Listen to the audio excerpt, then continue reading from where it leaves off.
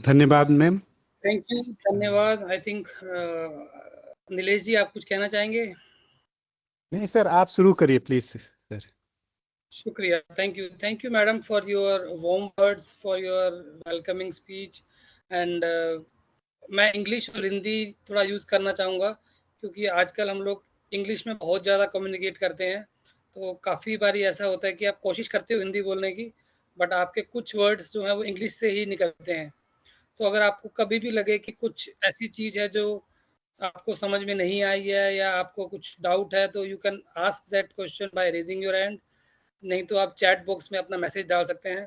तो to begin with, I would like to thank the director, SCERT, the entire team, DIET, the initiative, and I really thankful to the introduction that you have given. So without wasting any further time, I will straight away come to the topic. तो आज का जो हमारा topic है वो है qualitative data analysis. तो qualitative analysis से पहले अगर मैं आप सबसे पूछना चाहूँ कि क्वालिटेटिव रिसर्च क्या होता है, वो आपको अगर आइडिया है तो हम एनालिसिस के ऊपर जंप कर सकते हैं, क्योंकि एनालिसिस जब तक शुरू नहीं होगा जब तक आप लोग क्वालिटेटिव रिसर्च क्या होती है, क्यों होती है, किस तरीके से होती है, उसके बारे में जान पाएंगे। तो अगर किसी एक या दो वक्ता गण या पार्टिसिपेंट्स को कुछ कहना है कि क्वालिटेटिव रिसर्च आप कर रहे हैं और किस तरह की कर रहे हैं, क्योंकि क्वालिटेटिव रिसर्च के जो फील्ड ऑफ डिसिप्लिन है वो बहुत डिफरेंट है। एक फील्ड ऑफ डिसिप्लिन आता है साइकोलॉजी, एक आता है सोशियोलॉजी, एक आता है एंथ्रोपोलॉजी, एक आता है मैनेजमेंट, एक आता है पोल साइंस। तो हर एक डिसिप्लिन से डिफरेंट क्वालिटेटिव एनालिसिस के जो फ्रेमवर्क्स हैं वो आते हैं। तो अगर आप में से कुछ कहना चाहे, कुछ बोलना चाहे कि मैं इस तरह की क्वालिटेटिव रिसर्च कर रहा हूँ या क्वालिटेटिव रिसर्च से मेरा ये मीनिंग है, अगर वो क्लैरिटी हमारे पास कॉमन हो जाएगी तो we can then go ahead with the discussion on the analysis and other things. And in the meantime, I can project my screen also, if you allow me. कोई कुछ कहना चाहेगा अगर 2 मिनट के लिए? डॉक्टर नीति, वांट टू से समथिंग? जो हमारा गुणात्मक शोध है, ये शोध की एक अप्रोच है। टाइप्स में हमें लग पाते हैं ये एक अप्रोच है कि हम कैसे किस अप्रोच को लेके अपनी शोध कर रहे हैं। तो एक हो गया गुणात्मक, एक मात्रात्मक, दोनों का अंतर करते हुए पढ़ते हैं तो अच्छे से समझ में आता है। तो गुणात्मक में वही है कि हम मतलब उसकी क्वालिटी बता रहे हैं, हम संख्या में अपनी रिसर्च नहीं कर रहे हैं, हम अपना जो जितना भी डेटा है वो क्वालिटेटिव करेंगे। जैसे इस समय जो मैं रिसर्च कर रही हूँ वो मेरी कहीं ना कहीं क्वालिटेटिव ही है कि हम कुछ मतलब गुणवत्ता ही जहाँ जानना चाह रहे हैं, हम वहाँ मात्रा नहीं बता रहे हैं कि वहाँ हम क्वालिटी बता रहे हैं। ये ज्यादा मुझे लगता है ज्यादा अच्छा शोध होता है। मतलब वैसे तो सारी शोध अच्छे हैं टॉपिक के अकॉर्डिंग, देश काल परिस्थिति के अकॉर्डिंग, लेकिन जैसे जो दर्शन में शोध होते हैं ज्यादातर या संगीत विषय में शोध होते हैं ज्यादातर क्वालिटेटिव होते हैं। तो ये एक शोध का एक अप्रोच है जितना मुझे समझ में आया। Thank you sir.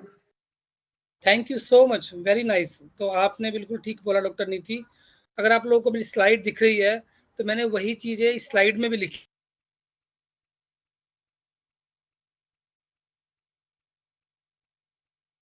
सर अभी स्लाइड दिखने में हमें मैं उन दिक्कत आ पे नहीं रही है। जाऊंगा। आप लोग को दिख रहा है स्लाइड? जी नहीं सर, नहीं दिख रहा है। स्लाइड नहीं दिख रहा है आपको? नहीं सर। एक सेकंड।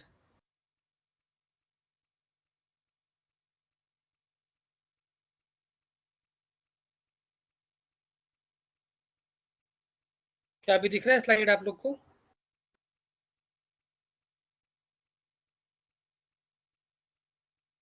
स्लाइड दिख रहा है आप लोग को? अभी स्क्रीन दिख रहा है? नहीं, अभी नहीं दिख रहा। लग रहा है कुछ प्रॉब्लम आ रही है। एक सेकंड रुकिए।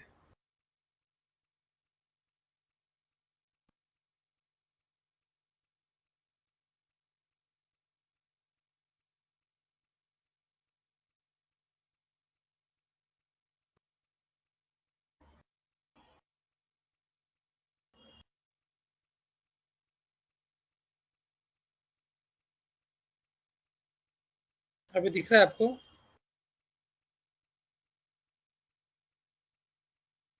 सर इसमें कुछ दिक्कत आ रही है, इसलिए हमें दिख नहीं पा रही है, तो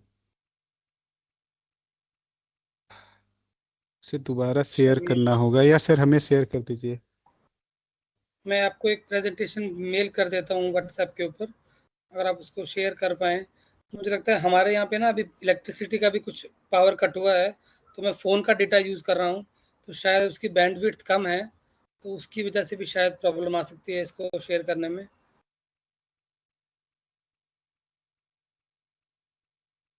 लास्ट ट्राई करता हूँ, नहीं तो आपको मैं सर मेल कर देता हूँ। हाँ सर, हाँ सर, हाँ।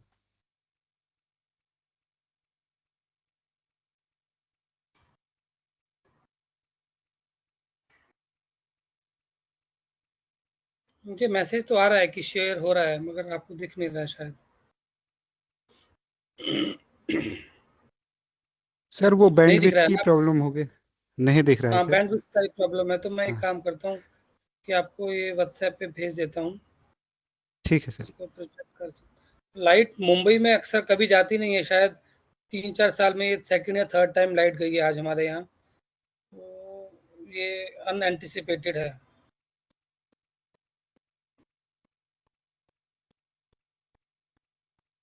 मैं एक बार भेजता हूँ आपको। हाँ।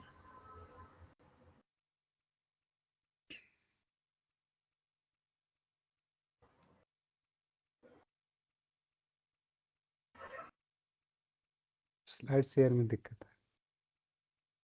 मैं आपको एक बार भेज दीजिए, 1 सेकंड दीजिए मुझे ना, इसको पीडीएफ में कन्वर्ट कर दूँगा, थोड़ा छोटा हो जाएगा फाइल, तो फाइल का साइज़ बड़ा है ये पीपीटी का।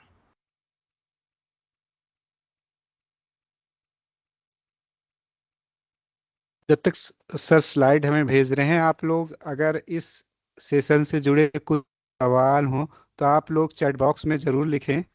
करेक्ट।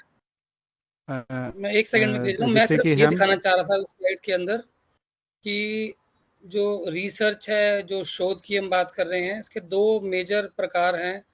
एक है क्वांटिटेटिव, एक है क्वालिटेटिव, जो मैडम ने पहले भी बताया था कि जो क्वालिटेटिव रिसर्च है वो सुनने में आसान लगता है, दिखने में आसान लगता है, बट जब उसको करना चाहेंगे आप, तो उसमें कभी-कभी समझ नहीं आता कि हम क्या कर रहे हैं, कैसे करना चाहिए, कहाँ आगे बढ़ें। तो ये स्लाइड ये दिखा रही है, या जो पॉइंट मैं बता रहा हूँ कि 2 तरह की रिसर्च है, एक इंडक्टिव है और एक डिडक्टिव है। इंडक्टिव का मतलब है कि आप किसी चीज़ को नए तरीके से फॉर्मुलेट कर रहे हैं, नए तरीके से बना रहे हैं, और डिडक्टिव का मतलब है आप उस चीज़ को कंफर्म कर रहे हैं, डिड्यूस कर रहे हैं। तो जब भी आप कोई नई प्रोपोजिशन, नई थ्योरी, कोई नया फ्रेमवर्क बनाना चाहते हैं, तो हम लोग जनरली क्वालिटेटिव की बात करते हैं, और क्वालिटेटिव रिसर्च के अंदर हम तकरीबन मोस्ट केसेस में सैंपल साइज छोटा लेते हैं और उसको इन डेप्थ स्टडी करते हैं, और क्वांटिटेटिव स्टडीज के अंदर हम लोग सैंपल साइज थोड़ा बड़ा लेते हैं, बट वो स्टडी कम डेप्थ में होती है, उसकी गहराई थोड़ी कम होती है। सो हम लोग क्वालिटेटिव इसलिए करते हैं कि हमको एक थ्योरी बिल्ड करनी है, हमको एक प्रोपोजिशन बिल्ड करना है, हमें एक नया सिद्धांत या नई थ्योरी बनानी है। आप लोग मुझे सुन पा रहे हैं नीलेश जी? सर आपकी आवाज आ रही है। जी सर, आवाज आ रही है आपकी। हाँ, आपको सर ये अगर वो स्लाइड मिल भी गया वो दिख पीपीटी को शेयर कर होगी अब दीजिए। आपको। हाँ, हाँ सर, शेयर कर शेयर दिया कर आप दिया, लोगों ने? दिख रही है। मुझे तो स्लाइड अभी तक नहीं दिख रही है, स्लाइड नंबर 2 पर हूँ मैं, अगर आपने शेयर किया है तो। हाँ, तो बाकी तो लोग ये देख पा 3-4 रहे हैं पॉइंट स्लाइड? हैं। Yes sir. थैंक यू ठीक मैडम, है, थैंक ठीक यू। है। तो इस स्लाइड में सिर्फ ये लिखा है कि हम लोगों की जो कॉमन अंडरस्टैंडिंग है वो यही है कि हम लोग क्वांटिटेटिव रिसर्च करते हैं to confirm a theory, to deduce something. इसको आप अगर देखें तो एक फनल अप्रोच होती है। क्वांटिटेटिव के अंदर हम लोग फनल को बंद करते हैं, और क्वालिटेटिव में उसको हम खोलते हैं। तो अगर हमें बहुत सारी चीज़ें जाननी है गहराई में, फॉर एग्जांपल अगर मुझे मैनेजमेंट में कोई एक कंसेप्ट है, उसके बारे में, उसकी डेप्थ और ब्रेड्थ के बारे में जानना है कि इसके और मीनिंग क्या है, उसके और रीजंस क्या हैं, उसके और ऑप्शंस क्या है, तो उस केस के अंदर मैं हमेशा क्वालिटेटिव स्टार्ट करूंगा। और अगर हम वैसे भी बात करें रिसर्च की, तो हम लोग दो बात करते हैं, एक्सप्लोरेटरी रिसर्च और डिस्क्रिप्टिव रिसर्च। एक्सप्लोरेटरी रिसर्च हमेशा हम लोग शुरुआत में करते हैं कि हम उस प्रॉब्लम को, उस सिचुएशन को, उस वेरिएबल को एक्सप्लोर कर रहे हैं। तो मेरा ये मानना है कि हर एक रिसर्च हमेशा स्टार्ट क्वालिटेटिव रिसर्च से ही होती है। क्वालिटेटिव रिसर्च के अंदर ऐसा नहीं है कि आप जाते ही लोगों के इंटरव्यू करेंगे, या जाते ही लोगों से एफजीडीज करेंगे, या जाते ही आप कुछ और डेटा लेकर आएंगे। बट मेरा पहला सिद्धांत ये है कि आप चीज़ों को ऑब्जर्व करोगे और आप चीज़ों को रिफ्लेक्ट करोगे। अगर आप इन दो चीज़ों को समझ पाए कि अगर मैं सिचुएशन को कैसे ऑब्जर्व कर रहा हूँ, कैसे रिफ्लेक्ट कर रहा हूँ, तो आप शायद क्वालिटेटिव रिसर्च के अंदर एक एक्सपर्टीज पा सकते हैं। और काफ़ी लोग को लगता है कि जो नंबर्स हैं वो सब कुछ है। तो अब स्लाइड नंबर अगर 3 की बात करें हम लोग, नेक्स्ट स्लाइड पे अगर जाएं, तो अगर मैंने 2-3 इमेज दिखाए हैं, अगर आपको इन इमेजेस को क्वांटिफाई करना हो, इमेज दिख रही है आपको 3, एक में फूल का है और उसमें बड भी है उसके अंदर, दूसरी इमेज में एक लड़का है, उसके हाथ उसके सिर पे रखे हुए हैं, तीसरी इमेज में भी कुछ लिखा हुआ है, the way I feel is hard to quantify how hard. So my point of saying is कि बहुत सारी ऐसी सिचुएशन है, बहुत सारी ऐसी I don't know how do I say it, problems है या स्टेट ऑफ माइंड है, जहाँ पे आपको उस चीज को क्वांटिफाई करने का कोई मतलब नहीं है। अगर मैं इस पत्तियों को क्वांटिफाई करूंगा, इसका नंबर गिनूंगा कितनी गिनती है, तो मैं शायद जस्टिस नहीं कर पाऊंगा इसकी सुंदरता को। और अगर मैं इस लड़के को देखकर कुछ क्वांटिफाई करूंगा तो नहीं कर पाऊंगा, क्योंकि उसके मन में क्या चल रहा है, क्या एंग्जाइटी है, क्या टेंशन है, क्या स्ट्रेस है, ये सब चीज़ें साइकोलॉजिकल हैं और इन चीज़ों को नंबर की फॉर्म में लाना बहुत मुश्किल है। अगर हम अगली स्लाइड पे जाएं, स्लाइड नंबर 4, उसमें मैंने 6 या 7 पॉइंट लिखे हैं कि हम लोग क्वालिटेटिव रिसर्च कब करते हैं। तो क्वालिटेटिव रिसर्च हम लोग तब करते हैं जब हमें हाउ की जगह, हाउ मैनी की जगह हाउ पे जाना है, या हमें वाई पे जाना है। तो अगर हम कोई भी प्रॉब्लम को समझना चाहें उसकी गहराई में कि वो क्यों हो रही है, उसका रीज़न क्या है, उसके पीछे के कारण क्या है, बिना चीज़ों को नंबर में डालें। अगर आपने, कुछ लोगों ने वर्ड सुना हो इथनोग्राफी, अभी भी अगर आप कुछ कुछ न्यूज़पेपर में देखें, काफ़ी, अभी एक लास्ट वीक भी एक न्यूज़पेपर में, इंडियन एक्सप्रेस में किताब लोगों ने छापी है, वो बात कर रहा है कि इंडिया के अंदर किसी एक कल्चर का क्या इथनोग्राफी है, उस कल्चर के बिलीफ्स क्या हैं, उस कल्चर के वैल्यू सिस्टम क्या है। तो अगर आप थोड़ा सा हिस्ट्री देखें तो 1940, 50, 60 में बहुत सारे लोग इथनोग्राफर होते थे, वो लोग ट्रैवल करते थे और वो लोग जाकर चीज़ों को डॉक्यूमेंट करते थे कि मैं इस शहर में गया, उसकी ये कॉमन और उसकी ये यूनिकनेस है। इसी तरह से बहुत सारी सिचुएशन ऐसी होती है जहाँ पर लोग अपने आप को एक्सप्रेस नहीं कर पाते, अपने आप को लोग बता नहीं पाते, और बहुत सारी चीज़ें ऐसी होती हैं जहाँ पर हम लोग चीज़ों को एक्सपेरिमेंट में नहीं ला पाते, हमको उसको नेचुरल सेटिंग में ही पढ़ना होता है। और कुछ सिचुएशन ऐसी होती हैं जहाँ पे हम लोगों को एक यूनिक केस स्टडी मिलती है कि ये एक प्रॉब्लम ऐसी है जो बहुत डिफरेंट है, बहुत यूनिक है, और इसकी गहराई हम लोग नंबर में नहीं माप सकते। तो ये मैंने 5-6 पॉइंट्स लिखे हैं, और लास्ट पॉइंट इसमें एक लिखा है मैंने कि you want to empower your respondent and de emphasise power relationship.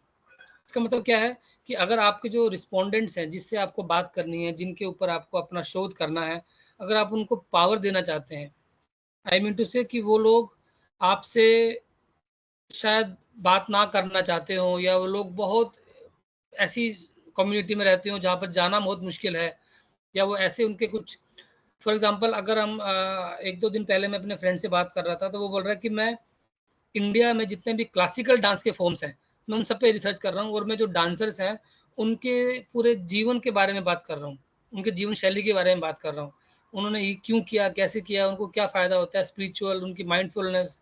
तो वो चीज़ें आप नंबर्स में मेजर नहीं कर पाओगे। तो ये सारे रीजंस हैं जब आप लोग क्वांटिटेटिव को छोड़ के क्वालिटेटिव की तरफ जाते हैं। नेक्स्ट स्लाइड जो है, स्लाइड नंबर 5, उसमें मैंने बोला है कि क्वांटिटेटिव रिसर्च बहुत बारी मिसलीडिंग करती है, क्योंकि एक बहुत इंपॉर्टेंट सेइंग है कि यू बीट द नंबर आप नंबर्स को इतना बुरी तरह से मारो पीटो और नंबर से जो उगलवाना है वो उगलवा सकते हो आप। तो आप डेटा को किसी तरह से मोड़ तोड़ सकते हो, बट जो सिचुएशन है, क्योंकि आप उसको सेंस कर रहे हो, आप उसको सिर्फ नंबर की तरह नहीं देख रहे हो, आप उसके पीछे का कंटेक्स्ट समझ रहे हो, आप उसके पीछे की यूनिकनेस समझ रहे हो, आप उसके पीछे की सेंसिटिविटी समझ रहे हो, आप उसके पीछे की सब कॉन्शियस फीलिंग समझ रहे हो, अचेत मन की जो भी फीलिंग्स है वो समझ रहे हो। तो इन सब चीज़ों में आपको नंबर्स की ज़रूरत नहीं है, इन सब चीज़ों में आपको ज़रूरत है उस चीज़ को उसको बोलते हैं ना एम्पैथी करने की। एम्पैथी का मतलब है कि उस चीज़ को जीने की। मुझे याद है मैं एक क्वालिटेटिव रिसर्च अटेंड कर रहा था, अभी एक प्रोफेसर आए थे यूएसए से, तो उन्होंने बताया कि उनके जितने भी क्वालिटेटिव रिसर्च के स्टूडेंट्स हैं वो उन लोगों को बोलते हैं कि जिस भी फील्ड में आप रिसर्च कर रहे हो, जैसे उनका एक स्टूडेंट मर्चेंट नेवी में कुछ रिसर्च कर रहा था, तो उन्होंने उसको बोला कि आप नेवी के अंदर ज्वाइन करो और 6 महीने वहीं रहो और वहाँ पर चुपचाप से पार्टिसिपेंट बन के ऑब्जर्व करो।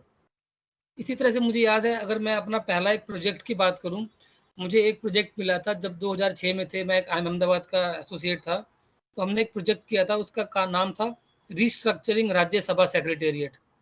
तो उसके अंदर क्या था कि हमें राज्यसभा सेक्रेटेरिएट के इश्यूज, उसके चैलेंजेस को समझना था और उनका पूरा रिस्ट्रक्चरिंग करना था, डिपार्टमेंट्स को, पोजीशंस को, रिक्रूटमेंट मेथड्स को और सब उनके टेक्नोलॉजी, काम करने के तरीके को। तो मेरे को मेरे प्रोफेसर ने बोला कि सुनील तुम वहाँ पर जाकर 3 महीने रहो। मैंने कहा नहीं सर, हमें रहने की क्या ज़रूरत है, हम तो वहाँ जाएंगे और लोगों से मिलेंगे, क्वेश्चन भरवाएंगे और आ जाएंगे। बोलते नहीं, वो एक आधी इन्फॉर्मेशन है, अगर आपको रियल उनकी प्रॉब्लम्स को समझना है तो आपको उनके साथ रहना पड़ेगा, उनके साथ खाना पड़ेगा, उनके साथ घूमना पड़ेगा, उनके हर बात में आपको समझना पड़ेगा। तो मैंने जैसे ही किया, मैं 3-4 महीने तक दिल्ली में रहा, वेस्टर्न कोर्ट में उनका रहने का इंतजाम था। तो मैं शाम को उन लोगों से मिलता था इनफॉर्मली, उनके साथ मूवी देखने जाता था, उनके साथ खाना खाता था। तो जो उनकी प्रॉब्लम्स, उनकी एक्सपीरियंसेस थे वो मुझे बहुत अच्छे से और गहराई में समझ में आए, ना कि मुझे सिर्फ नंबर पे। क्योंकि नंबर पे ना बहुत लोग क्या करते हैं, there is a concept called as social desirability behaviour, कि लोग जो सोसाइटी को पसंद है वो लोग लिखते हैं। अगर आपको क्वेश्चन पे कुछ लिखना हो, अगर आपसे पूछा जाए कि आप अपने काम से खुश हैं, आप खुश नहीं भी होंगे तो आप लिखेंगे ऐसी चीज़ें जो आपको लगेगा कि ठीक है। नहीं तो आप लोग सेंट्रल टेंडेंसी या एक्वेसियंस बायस, तो आपके बहुत सारे बायसेस हैं जो अनकॉन्शियस हैं और कुछ कॉन्शियस भी हैं। तो अगर आप क्वालिटेटिव रिसर्च में जाते हैं तो आपको वो सब चीज़ें मिनिमाइज हो सकती हैं।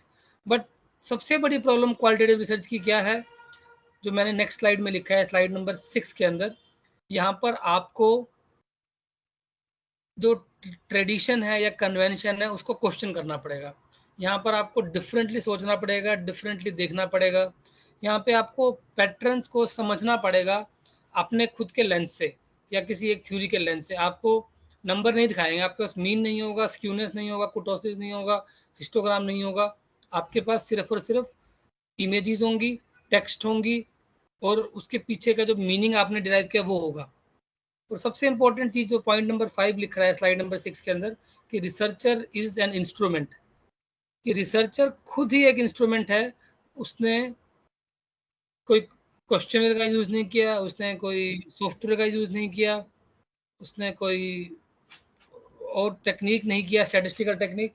तो रिसर्चर खुद ही एक इंस्ट्रूमेंट है, वो खुद ही जाता है और अपने बेस पर ही क्वेश्चन बनाता है, अपने एक्सपीरियंस के बेस पर ही बात करता है। अगर आप इसके अंदर एक कंसेप्ट है, एक थ्योरी है, उसको बोलते हैं ग्राउंडेड थ्योरी। आप में से कितने लोगों ने ग्राउंडेड थ्योरी के बारे में सुना है? ग्राउंडेड थ्योरी के बारे में सुना है किसी ने आप में से? ग्राउंडेड थ्योरी अगर थोड़ा सा भी पढ़ा है तो वो ये बोलती है, उसके 2-3 वर्जन हैं अभी। उसका पहला वर्जन था ना क्लासिकल वर्जन, उसको बोलते हैं ग्लेशियर वर्जन। तो ग्लेशियर और स्ट्रोस ने एक थ्योरी बनाई थी। तो वो क्या कहते थे कि अगर आप लोगों को या आप एक रिसर्चर को किसी भी फील्ड में शोध करनी है तो आपको लिटरेचर भी पढ़ने की जरूरत नहीं है, आप सीधा उस फील्ड में जाइए, आप वहाँ जाके रहिए, आप लोगों से बात कीजिए, समझिए।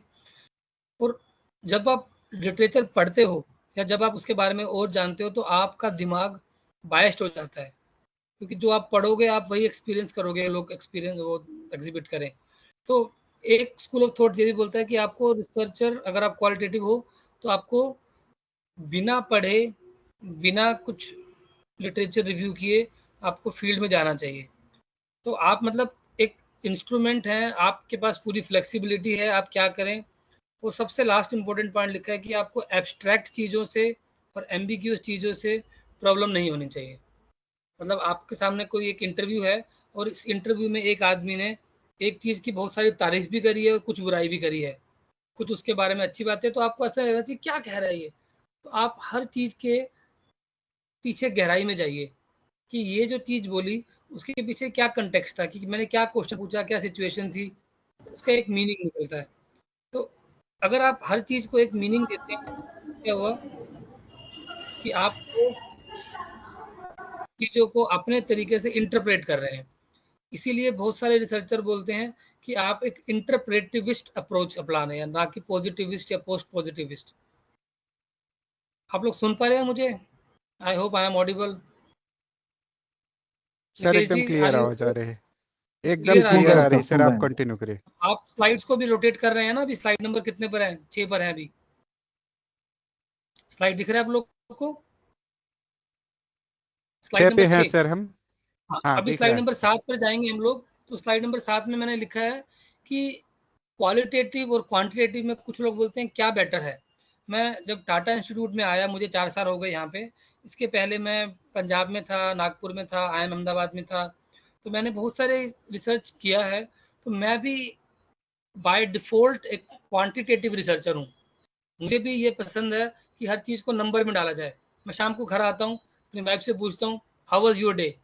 तो वो बोलती है मेरे को आज बेटी ने तंग किया, उसके स्कूल से ये आया कंप्लेन, ये हुआ। तो मैं बोलता हूँ मुझे इतनी कहानी नहीं सुननी, मुझे बताओ on a scale of 1 to 10 how was your day. तो इसका मतलब ये है कि मुझे डिस्क्रिप्शन से ज़्यादा लगाव नहीं है, मुझे ज़्यादा लगाव है कि how do you convert everything into number. But कभी कभी ऐसा होता है, अगर वो बोलती है कि 10 में 10 गया या 10 में 0, तो उन केसेस में, उन सिचुएशन में मैं उससे पूछता हूँ कि 10 में 10 क्यों दिया, ऐसा क्या खास बात हुई। तो फिर वो जो उसके शब्द हैं वो बताती है, कहानियाँ बताती है। इसी तरह से अगर आप किसी कंपनी में भी जाएंगे, अभी हम एक कंपनी में रिसर्च कर रहे हैं, तो वो बोलते हैं कि हमने पिछले 5 साल में अपने पूरे फाइनेंसिस की सिचुएशन बदल दी। वो कंपनी लॉस में थी, कंपनी में आग लग गई थी, कंपनी में लोग मर गए थे 5 साल पहले, और 4 या 5 साल में उन्होंने ऐसे कुछ इनिशिएटिव लिए कि अब कंपनी प्रॉफिट्स में आ गई है, लोग अच्छा काम कर रहे हैं। तो उन केसेस के अंदर आपको क्वांटिटेटिव रिसर्च से ज़्यादा क्वालिटेटिव रिसर्च काम में आएगी, क्योंकि क्वालिटेटिव रिसर्च आपको बताएगी उसके डायमेंशंस क्या क्या हैं और सब। और वो डायमेंशंस को अगर आप कनेक्ट करोगे तो उसको हम बोलते हैं सिस्टम थिंकिंग, या उसको हम बोलते हैं holistic thinking.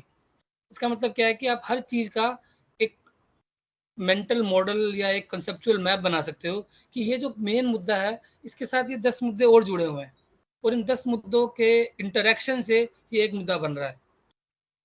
But irony is the problem is, slide number 8 पे जाएंगे अगर हम लोग, तो स्लाइड नंबर 8 क्या बोल रहा है? 3 चीजें हैं स्लाइड नंबर 8 पे, 3 पॉइंट लिखे हैं। Number 1 is how to overcome the subjectivity and bias, how to analyze and generalize the finding, and the third is how to assess the quality of study and look at its accuracy।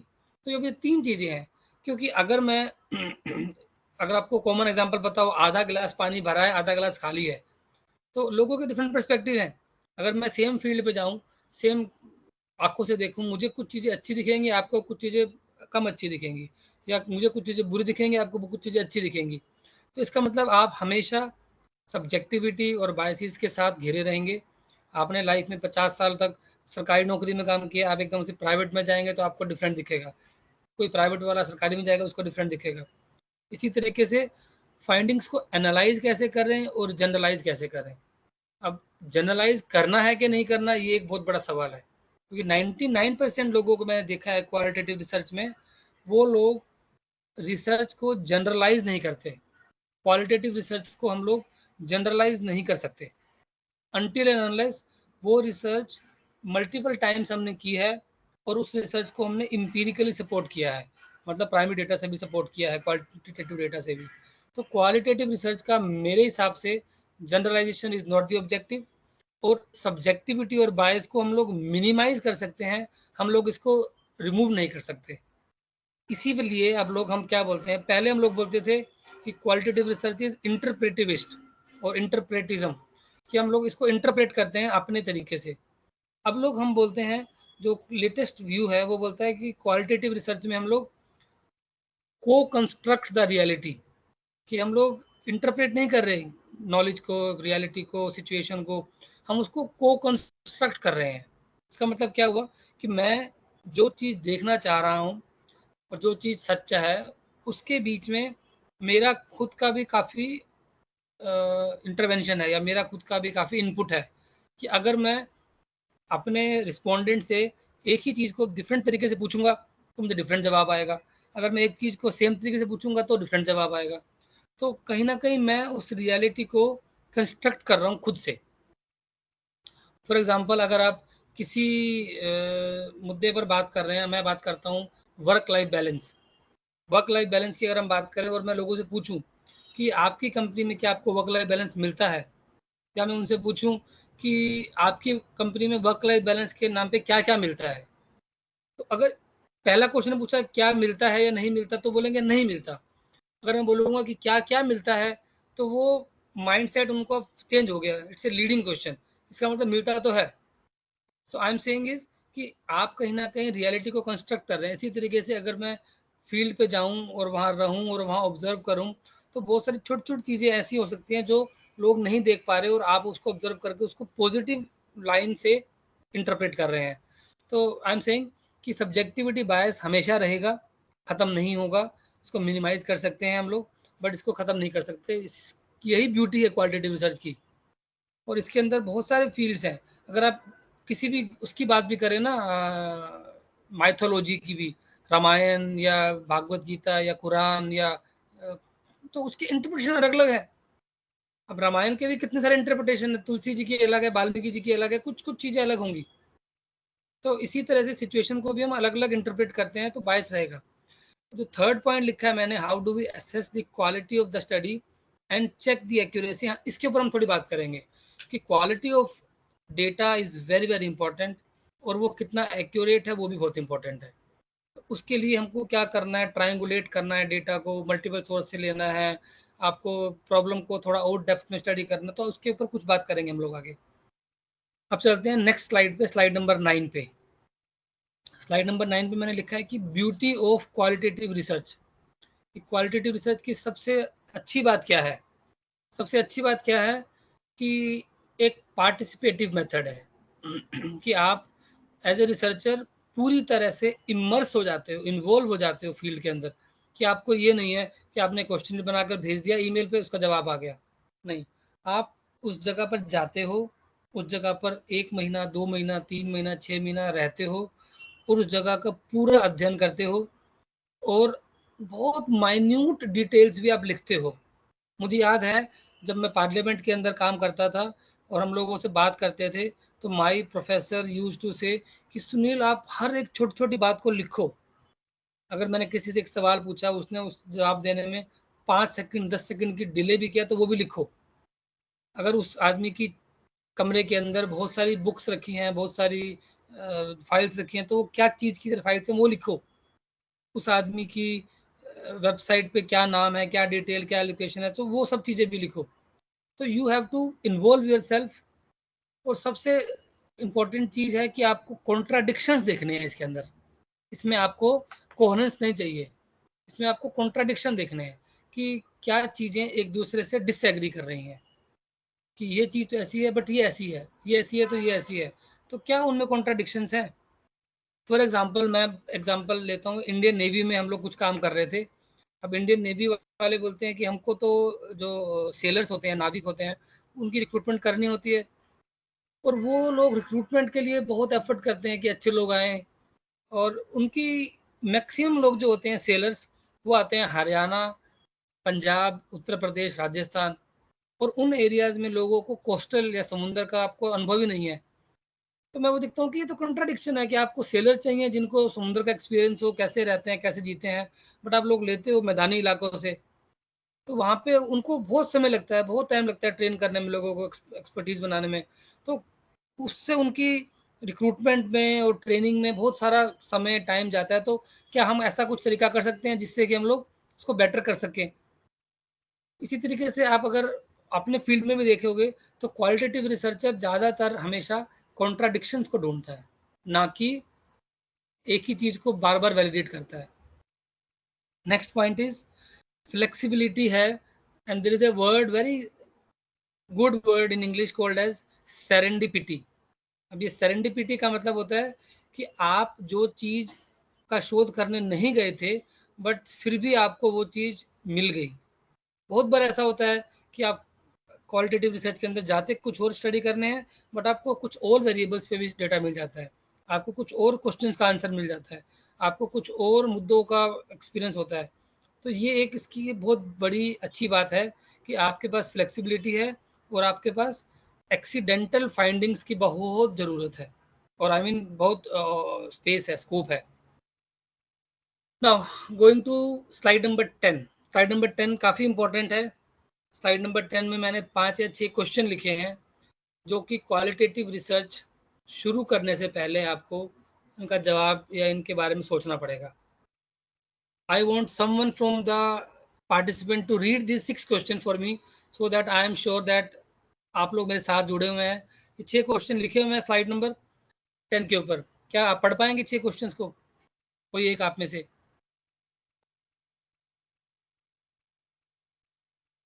ताकि मुझे confidence आए कि आप मेरे साथ जुड़े हुए हैं। हेलो हाँ जी, हेलो हाँ जी, मैं सुन पा रहा हूँ आपको। हाँ जी please. Good morning everyone, this is Naresh Kumar from DIET Meerut. हाँ जी नरेश हेलो, जी। हाँ जी सर, मैं रीड करूँ सर? आप सुनाई दे रहे हैं। हाँ जी, ये 6 क्वेश्चन रीड कर लीजिए आप एक बारी। जी जी sir. Can I collect and analyse data from multiple sources using multiple tools? Second is, do I aim, one by one करता रहूँ सर? हाँ, एक क्वेश्चन इसका मीनिंग समझ में आ गया। इसका मीनिंग है कि क्या मैं मल्टीपल टूल्स, मल्टीपल तरीके से और मल्टीपल सोर्सेज से डेटा ले सकता हूँ? अगला क्वेश्चन क्या है? सेकेंड है, do I aim to discover a new phenomenon और theory around the collected data? तो मेरा ऑब्जेक्टिव क्या है? मेरा ऑब्जेक्टिव एक सिंगल फिनोमिनन को स्टडी करना है या उस फिनोमिनन के अराउंड थ्योरी को बनाना है? अब फिनोमिनन की हिंदी क्या होगी, मुझे बताएंगे कोई जना? एक घटना। फिनोमिनन की हिंदी क्या होती है? घटना है ना? घटना चक्र, सर घटना चक्र हो सकता है। फिनोमिनन मीनिंग हिंदी में स्टडी। एक स्थिति, कोई घटना है, या यहाँ पर हम घटना, हाँ एज ए थियरी भी मान सकते हैं। करेक्ट। क्या एक घटना को आपको कैप्चर करना है या पूरी की पूरी थ्योरी को बनाना है? थ्योरी का मतलब क्या हमें होगा? थ्योरी को पॉसिबल हिंदी में क्या बोलेंगे? सिद्धांत, सम थ्योरी का प्रिंसिपल। हिंदी वर्ड तो यही है, लिखित। कुछ चीज लिखित में आ गई वो थ्योरी है। बट मैं अगर आपको समझाना चाहूँ, दोनों में डिफरेंस क्या है, घटना में और थ्योरी में? घटना एक चीज के इर्द गिर्द होती है और थ्योरी बहुत सारी घटनाओं को एक साथ जोड़ के बनती है। समझ में आया कि घटना है, मुझे बहुत दुख हुआ, बट जो थ्योरी बनेगी वो दुख क्यों हुआ और दुख होने के बाद मैंने क्या किया, दुख के कारण क्या थे, सब चीजें। समझा? सो क्या मुझे एक फिनोमिनन या एक घटना के बारे में स्टडी करना है या उसके इर्द गिर्द की पूरी थ्योरी बनानी है? उसके रीजंस क्या थे, उसके आउटकम क्या थे, उसके पीछे कोई मॉडरेटिंग वेरिएबल था, उसके पीछे क्या सिचुएशन थी? ठीक है। Question number 3। क्वेश्चन नंबर 3 है, should I formulate interview questions based on a preferred qualitative approach? हाँ, तो अभी इसमें क्या है कि बहुत सारी अप्रोचेज हैं क्वालिटेटिव रिसर्च के अंदर। 4 या 5 अप्रोच के बारे में मैं बात करूंगा अगली स्लाइड्स के अंदर आने में। तो जैसे मैं आपको स्टार्टिंग में बताया था कि there is something called as phenomenology, और there is something called as ethnography, there is something called as narrative approach, there is something called as grounded theory, there is something called as feminist approach, there is something called as case studies। तो बहुत सारी approaches हैं अलग अलग। तो क्या मेरे question जो होंगे इंटरव्यू के, डेटा कलेक्शन के, वो उससे निकलेंगे अप्रोच से या नहीं, इस पे हम अगले स्लाइड में बात करेंगे, थर्ड क्वेश्चन के ऊपर। Next question, Should I present the data in the original pure form or contribute to that? हाँ ये बहुत इंपॉर्टेंट क्वेश्चन है। क्या मैं जो ऑब्जर्व कर रहा हूँ, जो मेरा डेटा है, through my field notes, through my interview, through my focus group discussion, through my observation, क्या मैं उसमें कुछ कंट्रीब्यूट करूँ, मतलब उसका मीनिंग निकालूं, उसका इंटरप्रिटेशन करूँ, या उसको प्योर फॉर्म में डाल दूं? अगर प्योर फॉर्म में डालता हूँ तो कुछ चीज़ें ऐसी होंगी जो मैं अच्छे से एक्सप्लेन कर पाऊंगा, कुछ नहीं कर पाऊंगा। तो इसमें मल्टीपल स्कूल ऑफ थॉट हैं। कुछ स्कूल्स ऑफ थॉट्स बोलते हैं कि आपको डेटा को जितना प्योर फॉर्म में रखना चाहिए उतना अच्छा है, और कुछ लोग बोलते हैं कि अगर प्योर फॉर्म में डेटा होगा तो उसको जो रेसिपिएंट्स हैं, जो बेनिफिशरीज हैं, वो उसको अच्छे से नहीं समझ पाएंगे। तो आपको डेटा को थोड़ा सा अपने अकॉर्डिंग करना पड़ता है कि जो डेटा में से गलत, मतलब जो अनइम्पोर्टेंट चीज़ें उसको निकालोगे, जो इम्पोर्टेंट चीज़ें हैं, एक्शन वर्ड्स हैं, जो उसमें प्रोसेस वर्ड्स हैं, जो उसमें जरंट्स हैं, उनको आप अच्छे से दिखाओगे। सो उसके बारे में बात करेंगे अभी नेक्स्ट स्लाइड्स में। Next question is how should I use the text data collected during the interviews और एनी अदर क्वालिटेटिव।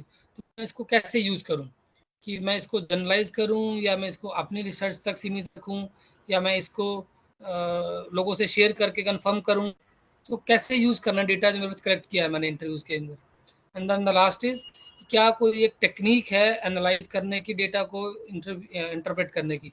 तो इन 6 क्वेश्चन का आपके पास जवाब होना चाहिए, तभी आप एक क्वालिटेटिव रिसर्च कर सकते हैं। अब जा रहा हूं मैं नेक्स्ट स्लाइड नंबर 11 पे। इसमें मैं आपको 5 मिनट दूंगा सोचने के। स्लाइड नंबर 11 पे रहेंगे हम लोग, 12 पे नहीं जाएंगे अभी। स्लाइड नंबर 11 पे लिखा हुआ है, आपके पास एक टॉपिक है, उसका नाम है माइंडफुलनेस ऑफ स्कूल टीचर्स। आप में से काफी लोग स्कूल टीचर्स हैं या कॉलेज के हैं आप लोग?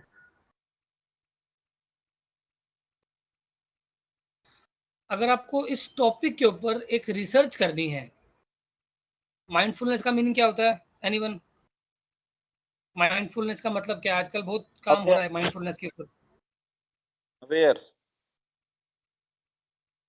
हाँ जी, माइंडफुलनेस का मतलब होता है सचेत। अवेयर, वही अवेयर हाँ सर। जी, हाँ अवेयर, सेल्फ अवेयर, सचेत है कि नहीं है आप, कि आप कितना समझदार, सचेत, अवेयर हैं। तो अगर आपको इस टॉपिक पर रिसर्च करनी है तो क्या आप एक रिसर्च क्वेश्चन बना सकते हो अपने माइंड में? मुझे इस टॉपिक पर रिसर्च करनी है, मेरा रिसर्च क्वेश्चन क्या होगा? आपके पास 2 मिनट है। मैं चाहता हूँ कि कुछ लोग एक क्वेश्चन लिखकर इंग्लिश में चैट बॉक्स में डालें कि क्या रिसर्च क्वेश्चन होना चाहिए। अगर मुझे लोगों के या टीचर्स के माइंडफुलनेस के बारे में जानना है तो किस तरह का क्वेश्चन होना चाहिए? 2 मिनट लेकर आप एक लाइन में क्वेश्चन लिख के बताओ मुझे क्या क्वेश्चन होना चाहिए। अगर किसी को हिंदी में दीजिए, हम सर के लिए इंग्लिश में ट्रांसलेट कर देंगे। हाँ, नहीं हिंदी में लिख दीजिए, मतलब अगर इसमें ऑप्शन लिखने का हिंदी का है तो हिंदी में लिख दीजिए। हिंदी में लिखने का ऑप्शन, टाइपिंग स्पीड सब कुछ चाहिए। अगर आपकी वो एक्सपर्टीज है तो आप कर सकते हैं, क्योंकि मुझे हिंदी टाइपिंग नहीं आती और मुझे पता नहीं है ऑप्शन है क्या नहीं है टीम्स के अंदर चैट में डालकर हिंदी में।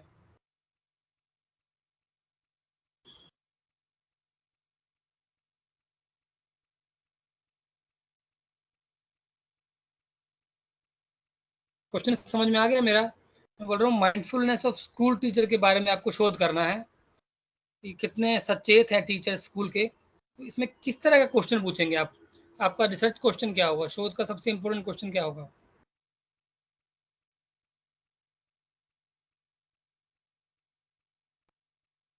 अगर आप कोई बोलना चाहें बिना माइक और बिना लिखे यहाँ पर, तो most welcome if you want to say something.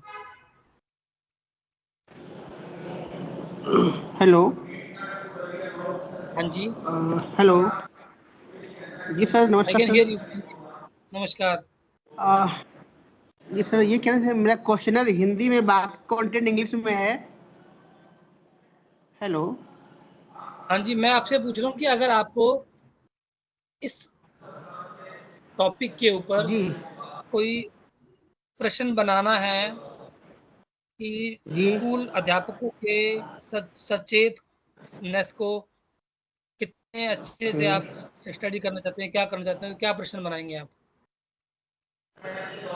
Sir question अलग है। क्वेश्चन ये है कि जो भी कंटेंट सब इंग्लिश में है, लेकिन जो क्वेश्चन से हिंदी में, क्योंकि जो भी परिषदीय विद्यालय के बच्चे माध्यम उनके हिंदी मीडियम होता है, तो Correct. उनको समझाने के लिए कंटेंट जो है सब इंग्लिश में, लेकिन जो क्वेश्चन हिंदी में है, कोई दिक्कत नहीं होगा। नहीं, सर हम बाद में उसको को हिंदी में ही बाद में ले बनाएंगे लेंगे। क्वेश्चन को, हम क्वेश्चन को बाद में हिंदी में ही बनाएंगे। मैं तो अभी बोल रहा हूँ कि अभी आप कुछ क्वेश्चन, एक क्वेश्चन, ब्रॉड क्वेश्चन, मैं ये नहीं बोल रहा हूँ कि आपका इंटरव्यू क्या करेंगे, क्या बात करेंगे, वो नहीं, कि आपको एक मेन क्वेश्चन बनाना है, ब्रॉड क्वेश्चन बनाना है, रिसर्च क्वेश्चन बनाना है on the topic mindfulness of school teacher. कि आपके माइंड में क्या क्वेश्चन होगा, कि क्या सोचना चाहता हूँ मैं, क्या पूछूंगा उनसे।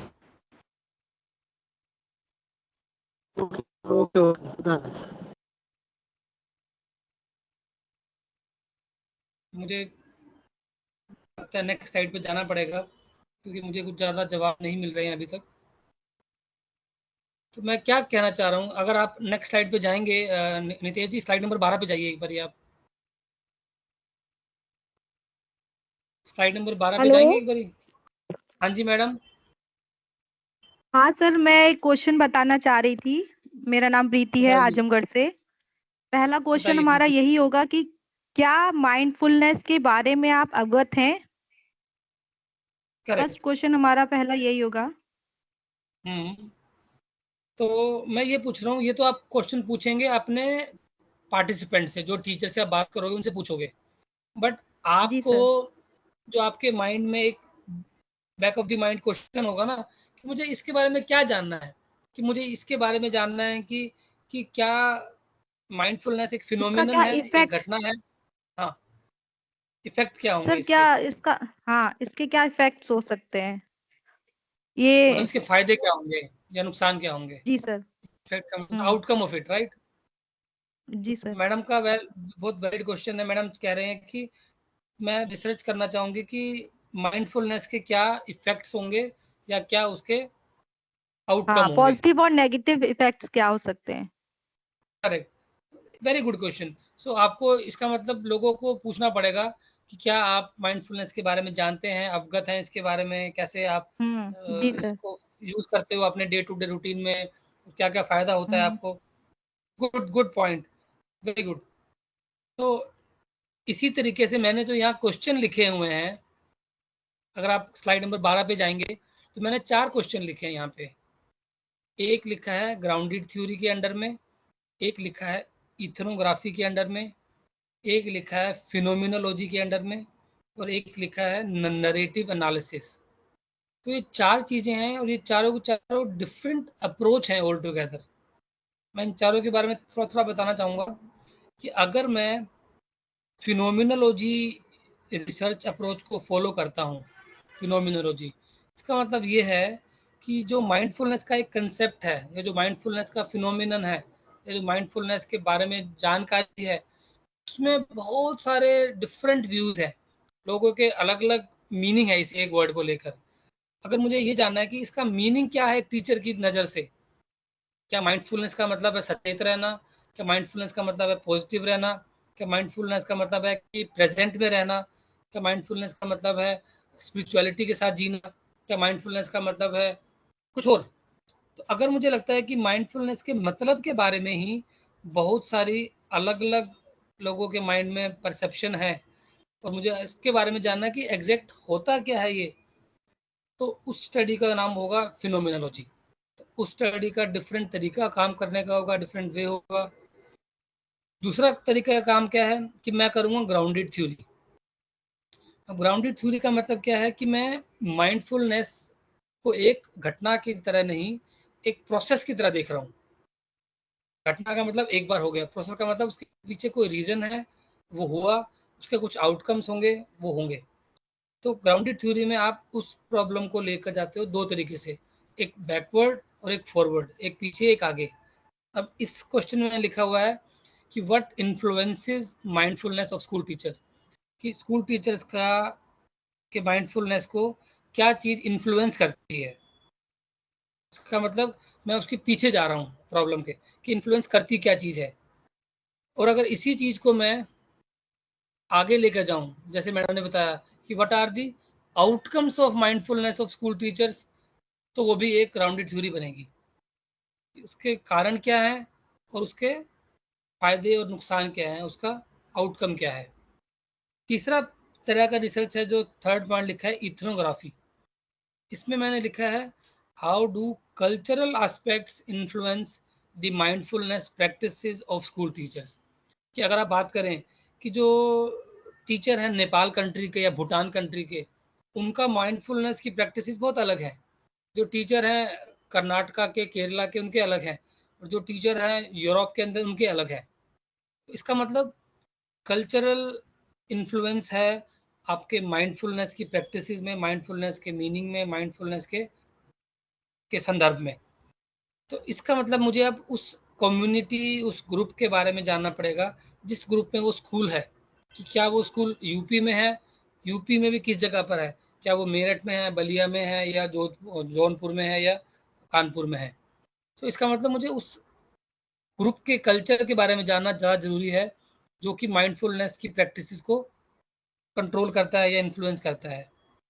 और चौथी तरह की रिसर्च क्या है कि अगर मेरे पास ऐसे 10 टीचर या ऐसे 5 टीचर या ऐसे 2 टीचर हैं जिन्होंने माइंडफुलनेस के ऊपर इतना अच्छा काम किया है कि वो काम मुझे डॉक्यूमेंट करना चाहिए, कि वो 2 स्कूल के प्रिंसिपल हैं या अध्यापक हैं, इतना अच्छा काम किया है, पूरे स्कूल को उन्होंने बहुत स्ट्रॉन्ग बनाया है। तो मुझे उन 2 लोगों के बारे में जानना होगा कि उन 2 लोगों के क्या एक्सपीरियंसेस हैं about this concept of mindfulness. इसी तरीके से अगर मैं एक और रिसर्च अप्रोच देखूं जो यहाँ नहीं लिखी हुई है, उसको बोलेंगे केस स्टडी मेथड। उसमें क्या होगा कि rather than looking at the process और the phenomenon or the culture or the individuals, I look at पूरा जो स्कूल है उसके ऊपर केस स्टडी बनाऊंगा मैं, कि इस स्कूल के अंदर टीचर्स बहुत माइंडफुल हैं, तो अब इस स्कूल के पूरे वातावरण में, स्कूल की पूरी परफॉर्मेंस में, स्कूल के बच्चों के बिहेवियर में, स्कूल के बच्चों के नंबर में या एग्जाम्स में कितना अच्छा परफॉर्मेंस होता है, तो उसको मैं बोल सकता हूँ केस स्टडी मेथड। तो अभी मैं स्लाइड नंबर 12 से जंप करके जा रहा हूँ स्लाइड नंबर 14 पर। नितेश जी, आप साथ जा रहे हैं मेरे? स्लाइड नंबर 14 पर आ गए?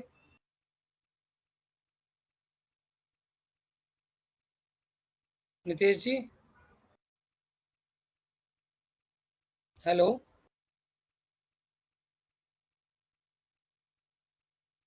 Slide number 14। 14 पे हूँ। हाँ, वेरी गुड। सो स्लाइड नंबर 14 मैं चाहूंगा कि आप लोग 2-3 मिनट को देखिए एक बारी। स्लाइड नंबर 14 को 2 मिनट समझिए क्या है ये। स्लाइड नंबर 14 में मैंने क्या बात किया है कि 5 अलग-अलग अप्रोचेस हैं रिसर्च करने की, क्वालिटेटिव रिसर्च, और उन पांचों के नाम लिखे हैं ऊपर। Number 1 narrative inquiry, number 2 phenomenology, number 3 पर है ग्राउंडेड थ्योरी, नंबर 4 पर है इथनोग्राफी, और नंबर 5 पर है केस स्टडी। तो अब मुझे ये पता लगाना है कि मैं इन पांचों में से कौन सा अप्रोच पे काम कर रहा हूँ। अगर मैं डेटा कलेक्ट कर रहा हूँ, इंटरव्यू कर रहा हूँ, ऑब्जर्वेशन कर रहा हूँ, डॉक्यूमेंट्स पढ़ रहा हूँ, फोकस ग्रुप डिस्कशन कर रहा हूँ, लोगों की स्टोरीज जान रहा हूँ, लोगों के कल्चर के बारे में समझ रहा हूँ, तो मैं कौन सी अप्रोच को फॉलो कर रहा हूँ। क्योंकि जो अप्रोच होगी उसी से आपका ब्रॉड रिसर्च क्वेश्चन जुड़ा होगा। कभी कभी क्या होता है कि बहुत सारे मैंने देखे हैं रिसर्चर, वो बोलते हैं हम ग्राउंडेड थ्योरी कर रहे हैं। अब ग्राउंडेड थ्योरी का मतलब क्या है कि जो थ्योरी है वो लोगों के एक्सपीरियंसेस से, लोगों के तजुर्बों से निकल के बाहर आए। बट वो कहते हैं कि मैं ग्राउंडेड थ्योरी कर रहा हूँ, बट मैं उस थ्योरी के अंदर कंपनी की फाइनेंशियल स्टेटमेंट को पढ़ रहा हूँ, या मैं कंपनी के वेबसाइट को पढ़ रहा हूँ, या मैं कंपनी के लीडर्स से बात कर रहा हूँ। तो आई एम ट्राइंग टू से इज कि जो फोकस है आपका वो आपको पता होना चाहिए। अगर आप देखें एक्स वाई एक्सिस के ऊपर 4 पॉइंट लिखे हैं, focus, discipline, data collection and data analysis. तो फोकस पहले में क्या है नरेटिव के अंदर, कि किसी एक इंसान या ग्रुप ऑफ इंसान या इंडिविजुअल्स की आप लाइफ स्टडी करें, जैसे हम बात करेंगे नरेंद्र मोदी के बारे में, या हम बात करेंगे योगी जी के बारे में, या हम बात करेंगे महात्मा गांधी के बारे में, या हम बात करेंगे नेल्सन मंडेला के बारे में, या हम बात करेंगे देवानंद के बारे में। आपने देखा होगा बहुत सारे लोगों ने बायोग्राफी लिखी होती है। या फिर हम बात करेंगे बिल गेट्स के बारे में, तो वो नरेटिव है। उसमें हम क्या क्या स्टडी करेंगे, इफ़ यू गो डाउन, उसमें लास्ट पॉइंट लिखा है डेटा एनालिसिस में stories, epiphanies and historic content.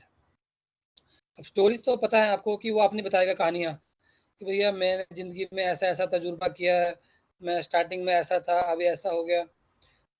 Epiphany क्या होता है एनीवन? एपिफेनीज,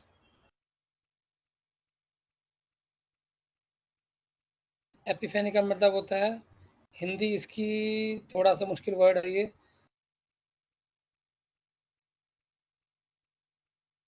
एपिफेनी का मीनिंग मुझे हिंदी में ढूंढना पड़ेगा। संहार कुछ लिखा है सर इन्होंने।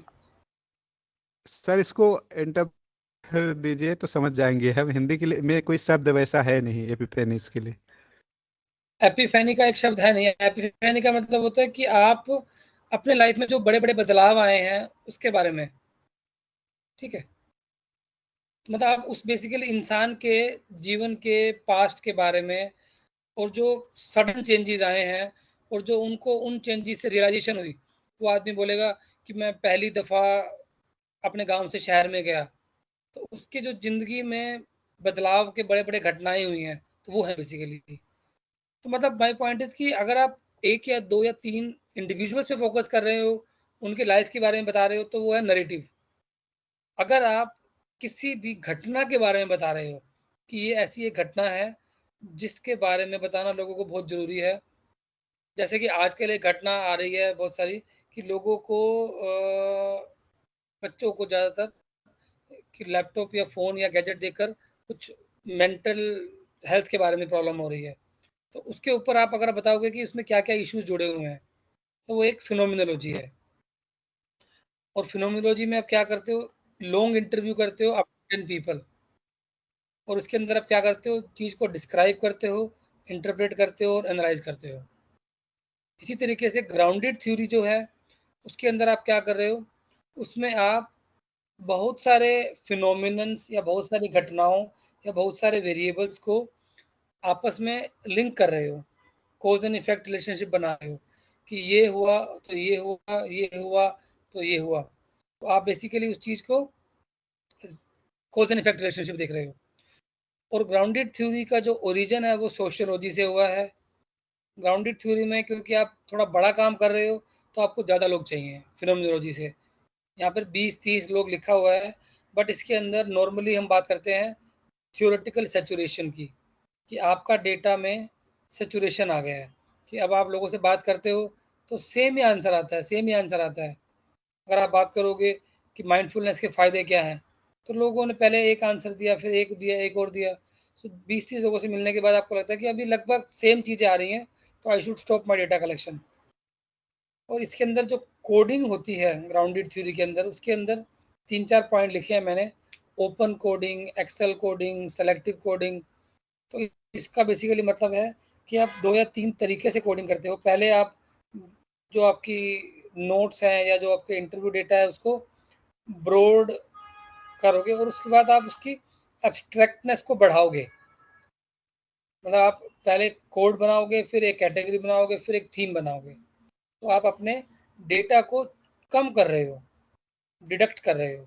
कि लोगों ने, मैंने एक सवाल पूछा, उसने उसके जवाब में आधा घंटा तक आंसर दिया, बट उस आधे घंटे के आंसर में से मैंने 4 या 5 इंपॉर्टेंट थीम निकाले। तो इसी तरह मैंने बाकी लोगों से इंटरव्यू किया, उसके थीम, उसके थीम। तो उन थीम्स को देखते हुए फिर मुझे एक ब्रॉड थीम बनेगी, और उस ब्रॉड थीम को देखेंगे, फिर उसके बाद फाइनल एक थीम बनेगी।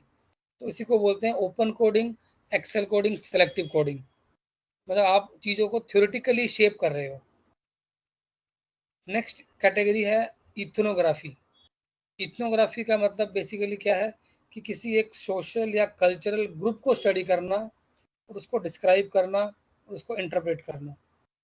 और इसका जो ओरिजिन हुआ है वो हुआ है, एंथ्रोपोलॉजी एक फील्ड है, सोशियोलॉजी एक फील्ड है, और इसके अंदर आप सबसे ज़्यादा फोकस करते हो ऑब्जर्वेशन के ऊपर, कि आप जाते हो फील्ड में, आप ऑब्जर्व करते हो, आप लोगों से इंटरव्यू करते हो, आप वहाँ पर बहुत समय के लिए रहते हो। आपने शायद देखा हो, कभी अखबार में पढ़ा होगा कि IIT बॉम्बे के एक प्रोफेसर 3 महीने तक गायब हो गए और वो किसी एक गांव में जाकर रहने लगे। तो वो जान के उन्होंने एक सिचुएशन क्रिएट की कि वो उस फील्ड के बारे में स्टडी करना चाहते थे। अभी हमारे टाटा इंस्टीट्यूट में बहुत सारे बच्चे ऐसे हैं जो बहुत अलग अलग तरह की सोसाइटीज़ में या कम्युनिटीज़ में जाकर रहते हैं।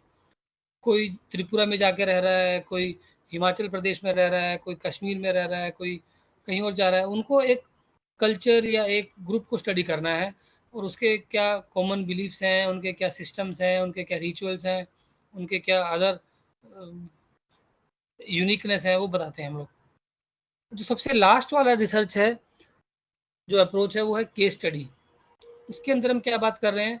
उसके अंदर हम बात कर रहे हैं कि हम एक इन डेप्थ स्टडी कर रहे हैं एक केस के बारे में। अब केस जर्नली होता है ग्रुप ऑफ पीपल या ऑर्गेनाइजेशन। तो केस स्टडी 90% मैनेजमेंट के अंदर हम लोग यूज़ करते हैं, वन कंपनी और ग्रुप ऑफ कंपनीज, और some time people use one individual and group of individual. तो केस स्टडी के अंदर हम generally most commonly successful stories को हाईलाइट करते हैं कि इस कंपनी या इस इंडस्ट्री या इस तरह के ग्रुप ने कोई बहुत बड़ा फेम या बहुत बड़ी सक्सेस हासिल करी है, तो वो कैसे करी है। और केस स्टडी के अंदर हम लोग डेटा हर फॉर्म में लेते हैं। केस स्टडी के अंदर कुछ डेटा सेकेंडरी होगा, कुछ डेटा प्राइमरी होगा। सेकेंडरी में कुछ आर्काइव डेटा होगा जो उनके डेटा बैंक में पड़ा है, कुछ उनके फाइनेंशियल स्टेटमेंट्स होंगे, कुछ उनके कंपनी के डॉक्यूमेंट्स रिकॉर्ड्स होंगे, कुछ हमारी ऑब्जर्वेशंस होंगी। तो ये 5 तरह की अप्रोचेज़ हैं। मैं अभी 2 मिनट का ब्रेक लेना चाह रहा हूँ और मैं चाहता हूँ कि ये 5 अप्रोचेज़ को एक बार आप ध्यान से देखें, और अगर आप कोई रिसर्च कर रहे हैं एग्जिस्टिंग, और आप इससे मैप करें कि क्या मैं जो रिसर्च कर रहा हूँ वो इन 5 में से किसी के साथ मैच हो रही है, फिर हम उसके बारे में बात करेंगे। अभी तक किसी का कोई क्वेश्चन हो? We are done with more than 1 hour. अगर कोई सवाल, कुछ क्वेश्चन हो, अभी नेक्स्ट 1 आवर में हम बात करेंगे कितने तरह की कोडिंग है, कैसे कोडिंग करते हैं नॉर्मली, कैसे हम लोग चीज़ों को डिड्यूस करते हैं, छोटा करते हैं। Should we break for 2 minutes? Water break, bio break? हाँ सर, कर सकते हैं। साथ क्योंकि में मुझे इस पानी दौरान हम है। कुछ सवालों हाँ, को भी लेंगे, तो हाँ, 2 मिनट का मैं पानी पीने जा रहा हूँ। आप तब तक अपने कुछ सवाल रख सवाल है सकते तो हैं। चैट बॉक्स में डाल दीजिए। हाँ हाँ। और इस स्लाइड को थोड़ा देखिए एक बार, ये स्लाइड बहुत इंपॉर्टेंट है। ये स्लाइड बेस है आपका क्वालिटेटिव रिसर्च का। आपको मालूम होना चाहिए कि हाँ, मेरा अप्रोच क्या है, सबसे इंपॉर्टेंट चीज। तो मैं 2 मिनट में आता हूँ, तब तक I wait for the questions, right? ठीक है सर। आप लोग अपने क्योंकि जो भी यहाँ पे डायरेक्ट प्रवक्ता क्वालिटेटिव रिसर्च कर रहे हैं, उसमें उसका एनालिसिस करने में बहुत सारी चैलेंजेस आएंगी, आ सकती है। तो नेक्स्ट पार्ट में कोडिंग और ये सब चीज़ें हम बात करेंगे। उससे पहले आप मैपिंग करना चाह रहे हो, कोई चीज़ ना समझ में आ रही हो, तो सवाल आप लिख दीजिए, ऐसे ही पूछ लीजिए, तो अफसर आएंगे तो जैसे ही जुड़ते हैं तो हम दोबारा से तो हम पूछ लेंगे। प्लीज़ अपने सवाल पूछिए। सवाल पूछते समय केवल एक ही बात ध्यान रखना है, तो कि मौखिक पूछना है तो हाथ उठाना है, लिखित में तो लिखते जाइए। हाँ, आप कैमरा ऑन करके भी बात कर सकते हैं, बल्कि अच्छा होगा कि अगर संभव है तो कैमरा ऑन रखिए आप, जिससे सर भी आपको देखते रहे। मैं भी कर लेता हूँ ऑन अपना कैमरा।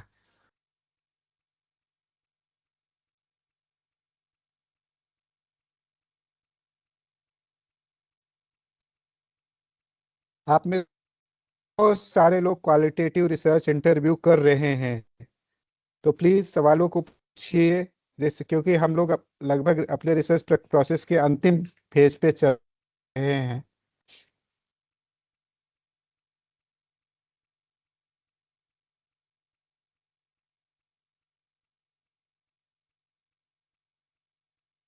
मैं आप लोगों से कहना चाह रही हूँ कि अगर आप में कोई से बहुत सारे क्वेश्चन लोग नहीं है तो हम आगे बढ़ सकते हैं। क्वालिटेटिव रिसर्च कर रहे हैं और जैसे कारणों का अध्ययन कर रहे हैं, ठीक है, चुनौतियों का अध्ययन कर रहे हैं, समस्याओं का अध्ययन कर रहे हैं, कुछ लोग केस स्टडी भी कर रहे हैं। अपने टॉपिक को लिख करके और फिर टॉपिक के बारे में पूछ सकते हैं, अप्रोच के अंतर्गत आएगा और उसमें हम कौन सा मेथड यूज करेंगे। तो अच्छा मौका है, इसको आप लोग हाथ से जाने मत दीजिए और अपना टॉपिक को अच्छे से पढ़ते हुए और हैं तो उसके बारे में सर से आप लोग क्वेश्चंस पुट अप करिए।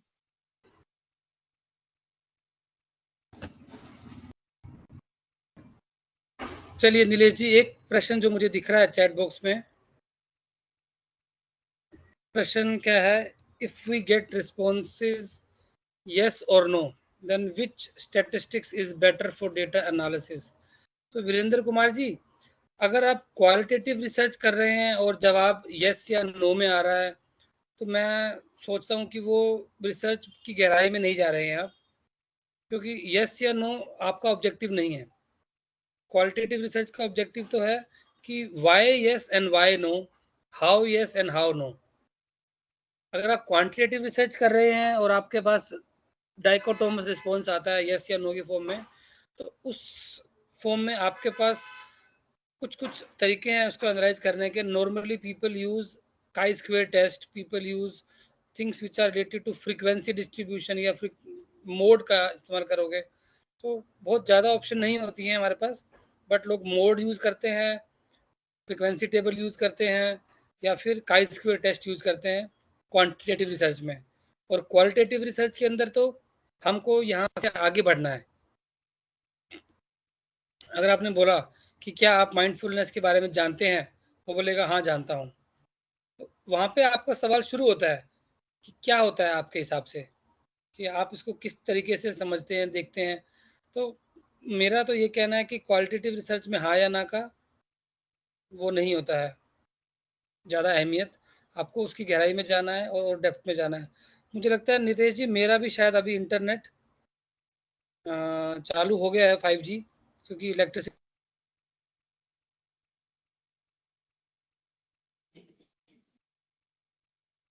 हाँ सर, हम आगे बढ़ सकते हैं अभी, फिर कॉल आते रहेंगे तो ले सकते हैं।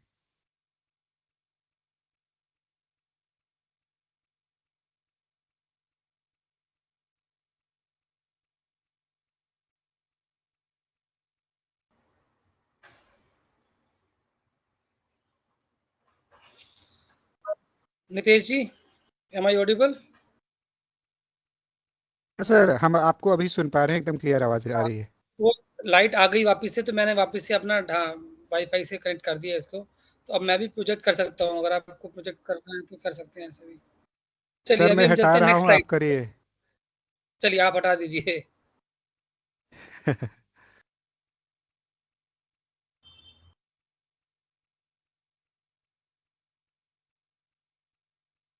अभी मैं शेयर करता हूँ अपनी स्क्रीन।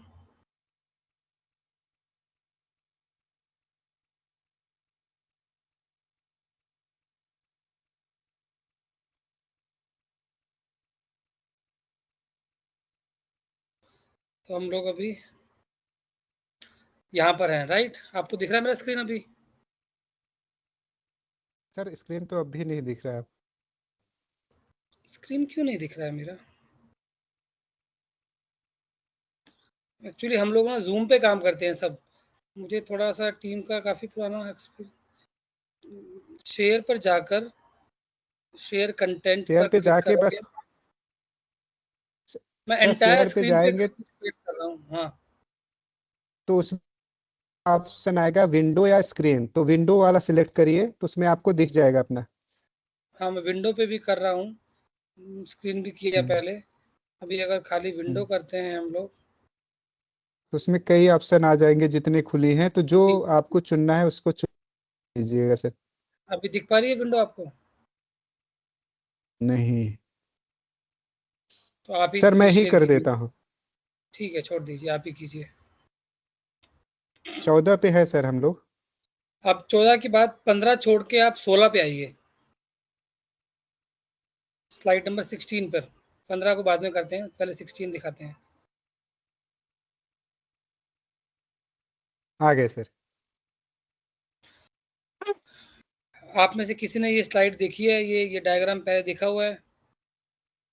इसको हम बोलते हैं सॉन्डर्स अनियन।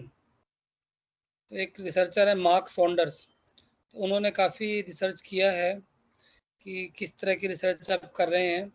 तो जो मैंने पिछली स्लाइड नंबर 14 में बात किया 5 मेथड्स की, तो अगर आप देखेंगे फर्स्ट, सेकंड, थर्ड, जो थर्ड सर्कल है अंदर से, उस सर्कल के अंदर लिखा हुआ है narrative, grounded, action research, ethnography, mixed case study, survey, experiment. क्या देख पा रहे हैं आप? तो अभी अगर आप इस पूरे लेयर्स को देखेंगे ना, 1 2 3 4 5 6 लेयर्स हैं ये अनियन की, तो आपको देखना पड़ेगा सबसे लास्ट की लेयर क्या है, और नेक्स्ट और नेक्स्ट और नेक्स्ट। तो आपको इनके अंदर एक अलाइनमेंट चाहिए होता है। फॉर एग्जांपल, आप अगर आउटर लेयर से स्टार्ट करें जो कि फिलोसफी के बारे में है, कि अगर आप पॉजिटिविस्ट हैं फिलोसफी से, पॉजिटिविस्ट वो लोग होते हैं जो हमेशा चीज़ों को ऑब्जेक्टिवली देखते हैं, जो चीज़ों को हमेशा क्वांटिटेटिवली देखते हैं। पॉजिटिविस्ट लोग हमेशा सर्वे या एक्सपेरिमेंट करेंगे, क्रॉस सेक्शनल डेटा पे काम करेंगे और मोनो मेथड का इस्तेमाल करेंगे। इसी तरह से अगर आप जाओगे रियलिज्म या फिर इंटरप्रेटिविज्म या प्रैग्मेटिज्म, तो जैसे जैसे आप नेक्स्ट जाते जाओगे, तो अभी हम आज की डेट में कहाँ पर है? प्रैग्मेटिज्म के ऊपर। और प्रैग्मेटिस्ट क्या होते हैं? वो इंडक्टिव रिसर्च यूज करते हैं और वो मिक्स्ड मेथड यूज करते हैं, और वो या तो एक्शन रिसर्च करते हैं या ग्राउंडेड थ्योरी करते हैं, और वो लॉन्गिट्यूडनल डेटा लेते हैं और फिर उसके पास डेटा कलेक्शन और एनालिसिस के डिफरेंट मेथड यूज करते हैं। So this onion is nothing but a broad framework of creating a alignment between your philosophy, your approach, your methodological choice, your strategy, your time horizon, and your techniques and procedure to collect data and analyze data.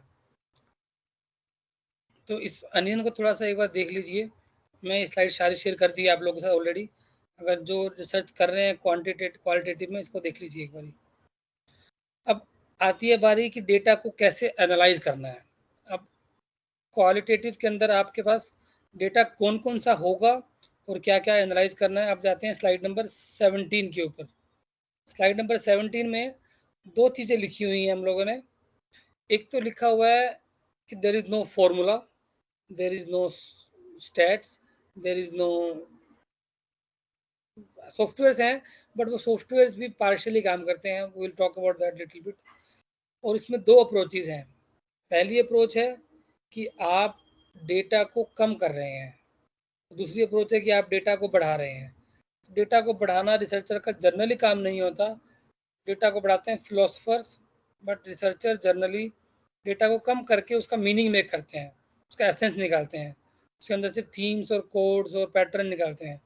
तो जो first approach है slide number 17 में, उसको most of us will follow, कि हम जो बड़ा data है उसको कम करेंगे, उसके अंदर से जो नॉन सिग्निफिकेंट डेटा है या जो ट्रिवियल का मतलब जो बेकार है, उसके अंदर से कोड्स और पैटर्न्स देखेंगे कि ये 4 तरह के पैटर्न्स निकलते हैं डेटा में, ये 5 तरह के पैटर्न निकलते हैं, और फिर हम उसको कोड्स बनाएंगे। और कोड निकालने के बाद हम लोग थीम्स और थ्योरीज और सब बिल्ड करेंगे। बाद में एक्सपेंड नहीं करेंगे हम लोग डेटा को। कुछ लोग करते हैं एक्सपेंड्स, वो एक नया फील्ड है। उस फील्ड के अंदर लोग इंटरप्रिटेशन के ऊपर इंटरप्रिटेशन ऐड करते हैं, उसको बोलते हैं हर्मेन्यूटिक्स। सो हर्मेन्यूटिक्स के अंदर हम लोग एक इंटरप्रिटेशन करते हैं एक डेटा की, फिर एक और करते हैं, फिर एक और करते हैं, और वही increase the size of data rather than उसको कम करना। तो most of us will do the first thing which is reducing. Reduce करने के बहुत सारे तरीके हैं डेटा को। When you go to slide number 18, इस स्लाइड में लिखा हुआ है कि कोई रूल है, कोई रूल नहीं है, हमें करना क्या है। हमारे पास कुछ ब्रॉड गाइडलाइंस हैं, उसको इस्तेमाल करके हम लोग सब्जेक्टिव जजमेंट को यूज़ करके, अपनी क्रिएटिविटी को यूज़ करके अपने डेटा को एनालाइज करेंगे। Now let us come to slide number 19। Slide number 19 में लिखा हुआ है कि कितने तरीके का डेटा होगा हमारे पास। स्लाइड नंबर 19 में लिखा हुआ है कितने तरीके का डेटा होगा, तो मैंने यहाँ लिखा है 3 तरीके का डेटा होगा। एक डेटा तो होगा जो हमारा निकलेगा इंटरव्यू से या फोकस ग्रुप डिस्कशन से। जब आप लोगों से क्वेश्चन पूछ रहे हैं, आपको आंसर मिल रहे हैं, आपके पास एक डेटा होगा जिसको हम बोलते हैं इंग्लिश में ट्रांसक्रिप्ट। वो क्रॉस सेक्शनल भी हो सकता है, लॉन्गिट्यूडनल भी हो सकता है। जो सेकंड तरह का डेटा आपके पास होता है उसको हम बोलते हैं फील्ड नोट्स या फिर फील्ड वर्क। तो जब भी आप फील्ड पे जाते हो, लोगों से मिलते हो, बात करते हो, देखते हो, तो आप अपने कुछ डायरीज बनाते हो, आपके दिमाग में कुछ ऑब्जर्वेशन होती है और आप कुछ मेमोज बनाते हो। तो ये 3-4 चीज़ें आती हैं फील्ड वर्क के अंदर में। और फिर इन मैनी केसेस आप लोग के पास डेटा होगा जो कि होगा रिपोर्ट्स, कुछ एग्जिस्टिंग रिसर्च, कुछ ऑडियो विजुअल या कुछ फोटोग्राफ्स, बहुत सारा कुछ डेटा होगा। तो इन सब डेटा को आपको सिंथेसाइज करना है, एनालाइज करना है और एक ब्रॉड थीम या ब्रॉड थ्योरी बनानी है आपको। नेक्स्ट स्लाइड पे अगर हम जाएं, स्लाइड नंबर 20, इसमें मैंने थोड़ा सा डिफरेंस बताया है कि फील्ड नोट, डायरी, जर्नल और मेमोज में फ़र्क क्या होता है। नॉर्मली 3-4 चीज़ें कुछ नहीं है, वो एक रिटन डॉक्यूमेंट है जो आप अपने आप को समझाने के लिए लिखते हैं। फील्ड नोट्स के अंदर आप चीज़ें लिखोगे जो आप वहाँ ऑब्जर्व करोगे, जो भी आपकी रिएक्शन होगी। आप किसी जगह पे गए और आपने कुछ बैकग्राउंड में कुछ चीज़ देखी, आपने लोग की पंक्चुअलिटी देखी, डिसिप्लिन देखा, उनके अटायर देखी, उनकी बॉडी लैंग्वेज देखी, तो वो सब आपके बन जाएंगे हेड नोट्स या field notes. You have to write down everything. Second जो तरह का डेटा होगा वो होगा डायरी और जर्नल। अब बहुत सारे लोग होते हैं जो डायरी लिखते हैं शाम को या जर्नल लिखते हैं शाम को। अब जर्नलिंग का मतलब होता है कि आप डेटा के साथ नहीं, आप अपनी जो रिफ्लेक्शंस हैं उसके साथ जी रहे हो।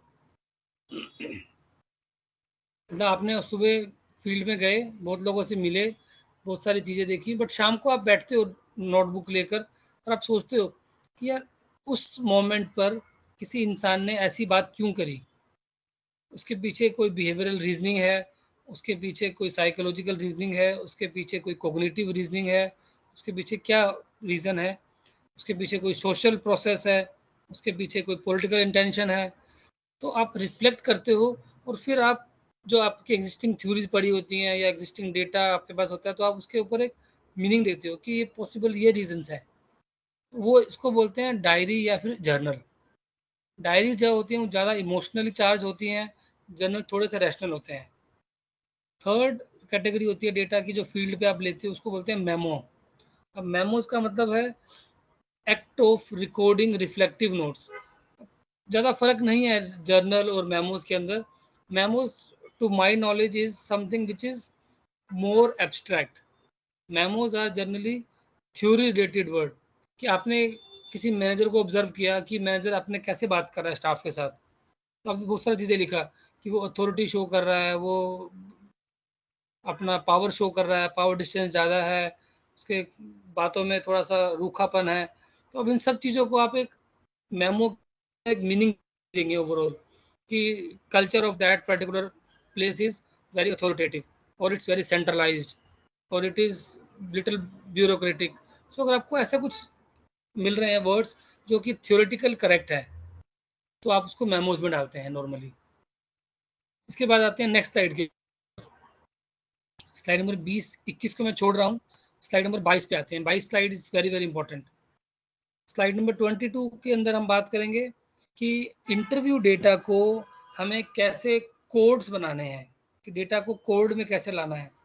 डेटा कोडिंग का मतलब क्या है, बहुत सिंपल सा लिखा है मैंने कि आप पूरे डेटा को, आपके पास एक पैराग्राफ है, आपके पास 4 लाइन्स हैं, आपके पास 5 लाइन्स हैं, आप उस पूरी 4 या 5 सेंटेंसेस को एक टैग या एक लेबल या एक मीनिंग दे रहे हो, उसको बोलते हैं कोड करना। कि पूरी लाइन पढ़ के आपने बोला ही इज सेल्फिश, इस लाइन को पढ़ के बोला ही इज नॉलेजेबल, इस लाइन को पढ़ के बोला ही इज हाइडिंग नॉलेज, इसको पढ़ के बोला आपने कुछ। सो अगर आप कोड दे रहे हो अपने टेक्सचुअल डेटा को, डिस्क्रिप्टिव डेटा को, तो उसको हम बोलते हैं कोडिंग। अब कोडिंग इंक्लूड करता है समरी ऑफ डेटा कोडिंग के अंदर आती हैं, बहुत सारी कैटेगरीज बनाना कोडिंग के अंदर आता है।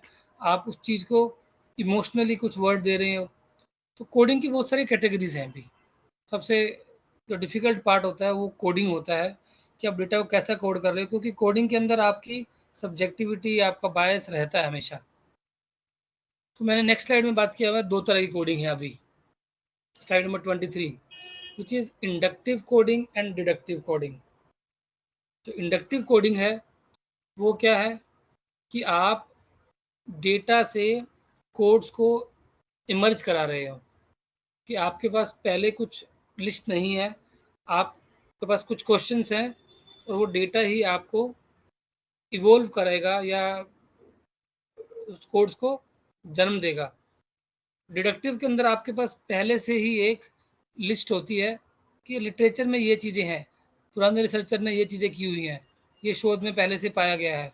तो आपके पास स्टार्टिंग से ही 10, 20, 30, 40 कोड होते हैं और आपके पास जो भी डेटा होता है उसको कोड के अंडर में लेबल करते रहते हो कि इस कोड के अंदर ये आ गया, इस कोड में ये आ गया। तो डिडक्टिव कोडिंग का मतलब है, कभी कभी बोलते हैं इसको हम फोर्स फिटिंग, कि आप फोर्सफुली आप डेटा को अपने कोड्स में फिट कर रहे हो। तो इससे आपकी जो क्रिएटिविटी है, इससे जो आपका यूनिकनेस है वो शायद ख़त्म हो जाएगा। और most of the researchers do not encourage deductive coding.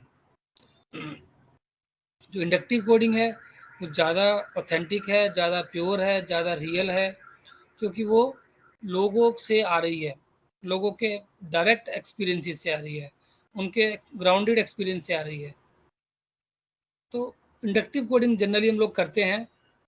अब नेक्स्ट स्लाइड पे आते हैं कि कोडिंग करने के साथ साथ हम कोडिंग फ्रेम बनाते हैं। एक कोडिंग फ्रेम का मतलब क्या है? लिस्ट ऑफ कोड्स, कि आपने 10 फ्रेम, 10 कोड्स, 15 कोड, 20 कोड को एक फ्रेम में डाला है। तो कोडिंग फ्रेम 3-4 तरीके से बनेगा। या तो बिफोर द डेटा कलेक्शन, कि आप पहले बुक्स पढ़ो, लिटरेचर पढ़ो, आप अपने इन प्रिंसिपल 10-15 कोड्स बना के रखो। या फिर आप ड्यूरिंग द डेटा कलेक्शन, कि आप हर दिन लोगों से मिल रहे हो, लोगों से बात कर रहे हो, लोगों से आप फील्ड में जा रहे हो, तो आप नए नए कोड बना रहे हो। या फिर आप सब कुछ करने के बाद, आपने डेटा को अभी तक टच नहीं किया है, आप सिर्फ इंटरव्यू ले रहे हो, इंटरव्यू ले रहे हो, इंटरव्यू ले रहे हो, आपने 10 इंटरव्यू लिए, 20 इंटरव्यू लिए, सबसे आखिर में जो आपने लगा ना कि 25 इंटरव्यू हो गए अभी और लोग नहीं मिल रहे, फिर आप उस डेटा को एक एक करके कंपेयर करोगे आपस में, उसको बोलेंगे coding after the data collection. Slide number 25 बात कर रही है types of inductive coding. Any thought so far? कोई किसी के माइंड में थॉट्स आ रहा है, बहुत बोरिंग लग रहा है, बहुत बकवास है, हमारे मतलब का नहीं है, या कुछ कुछ चीज़ें इंटरेस्टिंग लग रही हैं, किसी के माइंड में कोई थॉट हो, कुछ कहना चाहे, 2 मिनट, 1 मिनट।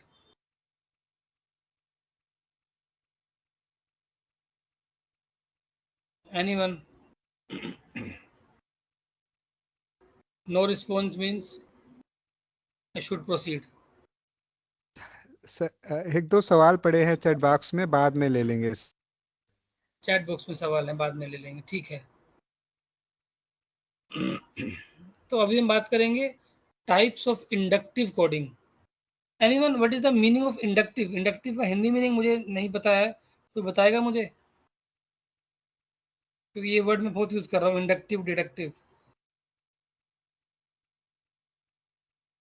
इंडक्टिव का हिंदी मीनिंग क्या है, कुछ बताएंगे आप? हेलो। हाँ जी सर। हाँ sir, good morning, good afternoon sir. आपने जैसा कहा कि जितना मेरी नॉलेज रखती है सर, इंडक्टिव हिंदी में एक्चुअली इसके लिए एग्जैक्ट वर्ड आगमन होता है, जैसे हम लोग पेडागोजी में पढ़ते हैं आगमन विधि और निगमन विधि। तो इंडक्टिव में बेसिकली जो अप्रोच होती है वो ये होती है कि हम एग्जाम्पल्स लेते हैं, सिमिलर एग्जाम्पल्स, और उनके बेसिस पे उनकी एनालिसिस करके कोई जनरलाइजेशन बनाते हैं। So the basic concept is from examples to the rule. Correct, very good, thank you so much. So inductive में आप जैसे बात कर माय रहे हैं प्लेजर सर। आगमन, हाँ जी, आगमन का मतलब है कि आपके पहले कुछ प्री कंसीव नोशन नहीं बने हुए, आपके मन में कोई पहले से उसका आंसर नहीं है, कि आप ओपन हो, आप फ्लेक्सिबल हो, आप वेलकमिंग हो, कि जो भी चीज़ आ रही है उसको ले रहे हो, और आप अपने डेटाबेस, अपने कोडिंग फ्रेम को बढ़ा रहे हो, आप ब्रॉड बेस कर रहे हो। डिडक्टिव के अंदर आपके पास पहले से कोड बने हुए हैं, आप उसको छोटा कर रहे हो, आप उस चीज़ों को फाइनल डिसीजन ले रहे हो कि नहीं अभी 4-5 चीज़ों में से ये 2 चीज़ बहुत इंपॉर्टेंट है। तो थोड़ा सा डिफरेंस है, मतलब काफ़ी डिफरेंस है इन दोनों चीज़ों में। सो अब मैंने एक स्लाइड नंबर 26 में एक एग्जांपल दिया है, अगर आप पढ़ पा रहे हैं स्लाइड नंबर 26 के अंदर। इसमें मैंने 2 लाइन ऊपर की लिखी हैं और उसके ऊपर मैंने टाइटल दिया है स्लाइड को, इन वीवो कोडिंग। अब इन वीवो का मतलब होता है हिंदी में कि ऐसा कोड देना, ऐसा वर्ड चूज करना जो कि वो वर्ड उस पैराग्राफ के अंदर हो। Are you getting it? So in vivo का मतलब होता है कि एक ऐसा कोड देना जो कि उस क्या बोलते हैं पैराग्राफ के अंदर या उस वर्बेटिम के अंदर या उस 4-5 सेंटेंस के अंदर में हो वो वर्ड्स। तो अगर मैं इस सेंटेंस को पढ़ूं 26 नंबर स्लाइड के अंदर, ये एक इंटरव्यू किया है, किसी बच्चे ने आप आंसर दिया है। बच्चे ने क्या आंसर दिया है? I hated school last year, freshman year it was awful, I hated it, after this years a lot better actually, don't know why, I guess over the summers I kind of stopped caring about what other people, I know काफी English है ये। तो इसके अंदर जो theme निकल के आ रही है ब्रॉड, हेट वर्ड बहुत यूज हो रहा है और एक वर्ड यूज हो रहा है कि दिस ईयर इज बेटर, और एक वर्ड यूज हो रहा है कि आई स्टॉप्ड केयरिंग, कि मेरे को परवाह नहीं है कि क्या हो रहा है। क्योंकि एक बच्चे से इंटरव्यू लिया है कि उसका कॉलेज में कैसा रहा अनुभव, तो उसका फर्स्ट ईयर शायद बहुत अच्छा नहीं रहा होगा, तो उसने उसके बारे में बताया है। तो मेरा पॉइंट ये है कि जो इसमें कोड बनाए, मैंने 3 कोड बनाए हैं प्रपोज्ड। पहला कोड है कि फ्रेशमैन ईयर में बच्चे ने, स्टूडेंट ने स्कूल को हेट किया, नापसंद किया, और उसके बाद उस बच्चे ने केयर करना छोड़ दिया और फिर नेक्स्ट ईयर अच्छा हुआ। तो 3 ब्रॉड कोड निकल के आए और तीनों के तीनों वर्ड्स डेटा में से निकल के आए। आपने अपने आप से कोई वर्ड नहीं दिया इसको, आपने जो वर्ड पिक किया है, जो शब्द का चयन किया है, वो शब्द आपका उसी के डेटा से आया है, which is very easy. In vivo code बनाना आसान है, क्योंकि अगर मैं आपको फॉर एग्जांपल नरेंद्र मोदी की मन की बात सुनाऊं, तो आप मन की बात जब सुनेंगे तो आप देखेंगे कि उन्होंने कुछ ऐसे ऐसे वर्ड्स का इस्तेमाल किया है, शब्द का चयन किया है, जो कि बहुत एक्शन वर्ड्स हैं, बहुत इंपॉर्टेंट वर्ड्स हैं, और जहाँ से थीम बन सकती है। वो इजी तरीका है। अब मैं अगर जाता हूँ नेक्स्ट स्लाइड पे, which is called as slide number 27, descriptive coding. अब डिस्क्रिप्टिव कोडिंग के अंदर क्या होता है कि कभी कभी ऐसा होता है कि जो सेंटेंस हैं, जो वाक्य बोले हैं आपके इंटरव्यूई ने, उन सेंटेंसेस के अंदर से आपको कोई एक 1 या 2 वर्ड ऐसा अच्छा नहीं मिल रहा है जो कन्विंसिंग लगे कि नहीं नहीं ये एक वर्ड पूरी चीज को समझा पा रहा है। उस केस में आपको एज ए रिसर्चर खुद से 1 या 2 शब्द ढूंढने पड़ते हैं कि ये 2 वर्ड्स या एक वर्ड पूरे डेटा को डिफाइन कर रहा है, डिस्क्राइब कर रहा है। तो फॉर एग्जांपल इसके अंदर मैंने एक एग्जांपल लिया है बच्चे का ही, कि वो स्टूडेंट ने बोला है, as I walked into the university there was a 99 convenience store, sweet shop, a cafe, coffee day, an ice cream parlor. When I went ahead, I found Burger King. So बच्चा बता रहा है कि भैया पूरे के पूरे यूनिवर्सिटी के अंदर उसको खाने की चीज़ें दिख रही हैं, कन्वीनियंस स्टोर दिख रहा है, कॉफ़ी कैफे डे दिख रहा है, आइसक्रीम पार्लर दिख रहा है। तो अगर इसके अंदर मुझे वर्ड्स पिक करने हों, अगर मुझे इन वीवो कोडिंग यूज़ करना हो, तो क्या मैं बोलूँगा इसको? University ice cream parlour, cafe coffee day, या फिर बर्गर किंग, क्योंकि एक को मुझे एम्फसाइज नहीं करना ना, इसमें 5 अलग अलग चीज़ों की बात की है उसने, sweet shop, cafe coffee day, ice cream parlour, burger king. तो अब मैं इन सबको सम अप करके दे रहा हूँ कि the university is like a shopping mall. इसके अंदर मैंने क्या किया, मैंने इन 5 वर्ड्स को नहीं पिक किया, इनको मैं पिक कर सकता था अपने कोड के अंदर, बट मैंने ओवरऑल एक मीनिंग दे दिया इसको कि भैया पूरा का पूरा मीनिंग है the university is like a shopping mall. But अगर मैं यही सेम क्वेश्चन आपसे पूछता कि इस एक पूरी लाइन को एक मीनिंग दीजिए, इसको हम बोलते हैं ना, इंग्लिश में करते हैं हम कॉम्प्रिहेंशन, कि उसका एक इंग्लिश का पैराग्राफ पढ़िए और उसका एक टाइटल बनाइए। तो ये वही तरीका है कि आपने उसके इंटरव्यू को समझा, उसको पढ़ा और उसको एक आपने डिस्क्रिप्टिव मीनिंग दिया।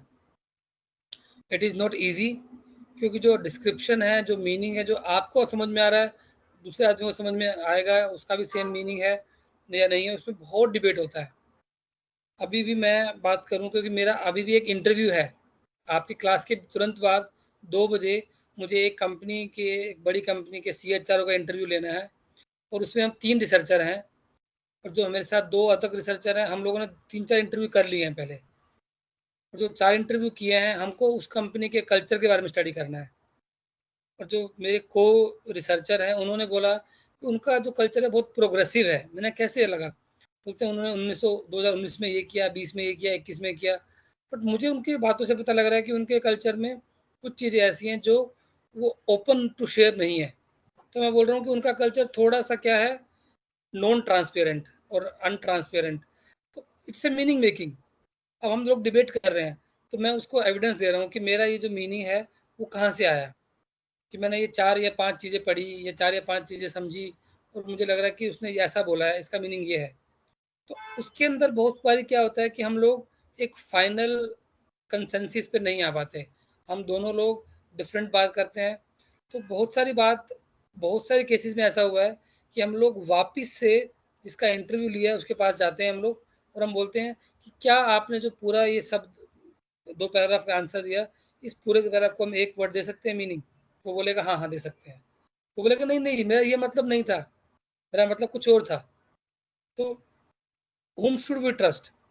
क्या पता वो जो हमने मीनिंग निकाला है वो एक्चुअल रियल मीनिंग हो, बट वो मीनिंग थोड़ा नेगेटिव हो, और वो बंदा बोलता है नहीं नहीं मेरी इमेज खराब हो रही है तो मैं पॉजिटिव कर दूं। तो ये आपको डिसीजन लेना पड़ेगा कि किस तरह का मीनिंग निकाला है मैंने, किस तरह का वो मीनिंग कहना चाह रहा था। शायद हम उसके पास वापस जाएं, या हम उस ट्रांसक्रिप्ट को दोबारा से पढ़ें, या हम कुछ बाहर के न्यूट्रल लोगों से बात करें।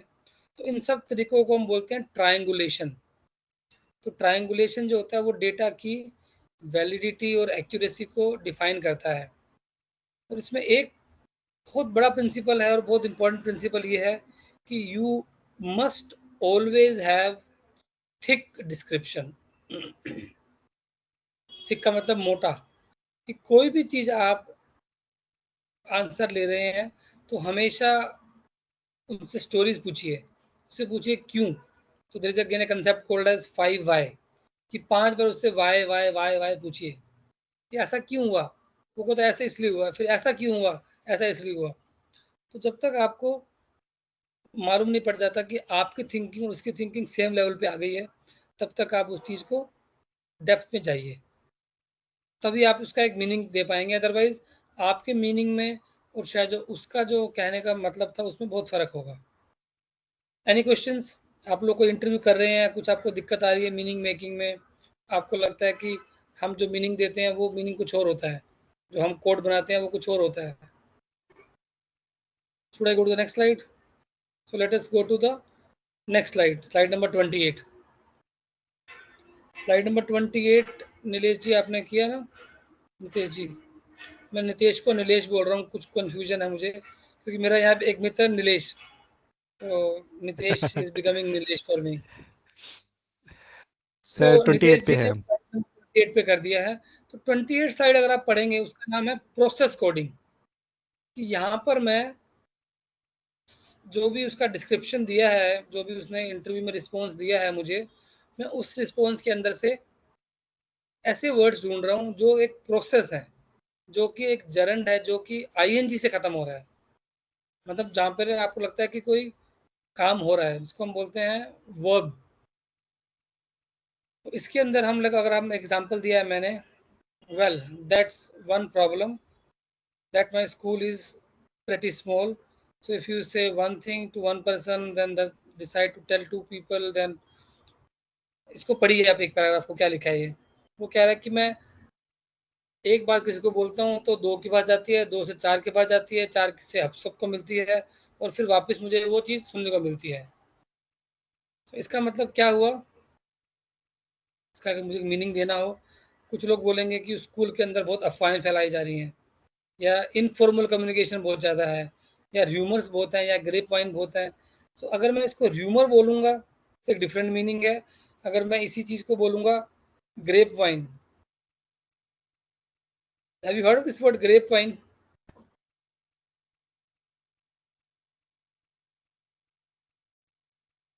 What I'm trying to say is कि इसी एक लाइन के 2-3 अलग-अलग मीनिंग हो सकते हैं। कोई लोग उसको बोलेगा इनफॉर्मल कम्युनिकेशन है, कोई बोलेगा ग्रेपवाइन है, कोई बोलेगा र्यूमर है, कोई बोलेगा इट्स बोलते हैं चाइनीज विस्पर, कोई बोलेगा कि it's a circular communication. But अगर आप इसमें से एक्शन वर्ड्स पिक करेंगे तो आपको दिखेगा कि एक तो इम्पोर्टेंट है कि स्प्रेड ऑफ कम्युनिकेशन, कि कम्युनिकेशन स्प्रेड्स वेरी फास्ट। एक हो सकता है इसमें you get to know what you said, so knowing what you said is again another action word. So know वहीं से उठाया मैंने word, और एक word उठाया मैंने spreading, so it's a process code. Any thoughts, any questions so far? इसी तरह से if you go to the next slide number 29 के ऊपर, इसमें आप बहुत बारी देखोगे कि आप लोगों के इमोशंस को कैप्चर कर रहे हो। कुछ वर्ड्स उसने यूज किए, उसका जो चॉइस ऑफ वर्ड है, जो उसका चयन है शब्दों का, वो ऐसा है कि वो बहुत खुशी या बहुत दुख या बहुत गुस्सा जाहिर कर रहा है।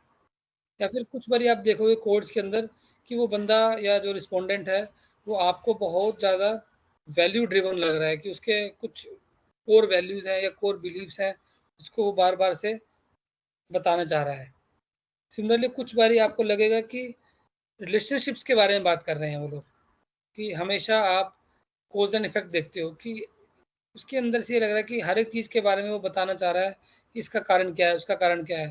तो आप कोजेशन कोडिंग भी करते हैं। सो कोडिंग बहुत तरह की है, मैंने 3-4 लिखी है यहाँ पर, in vivo, descriptive, process, emotion, values, कोजेशन। अब स्लाइड नंबर 30 पर मैं आ रहा हूँ और यहाँ पर 2 मिनट का पोज लूंगा। स्लाइड नंबर 30 पर मैं चाहता हूँ कि आप लोग इसको पूरा पढ़ें। एक इंटरव्यू ने क्वेश्चन किया है, एक स्टूडेंट है एरिक, तो स्टूडेंट ने उसका आंसर दिया है। तो आप मुझे बताइए कि क्या ये क्वेश्चन ठीक है? अगर उसका जवाब आपको समझ में आ रहा है तो क्या उसके जो रिस्पॉन्स को या जवाब को कोई कोड के जरिए आप समझा सकते हैं?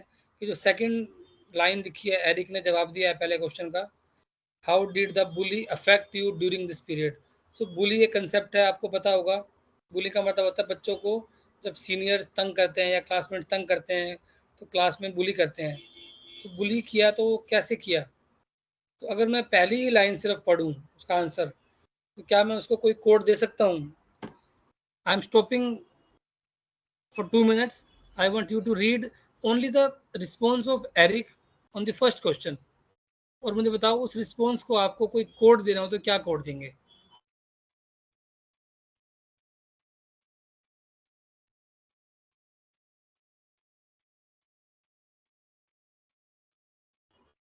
एरिक ने आंसर दिया है इंटरव्यूअर को, उसका आंसर क्या है?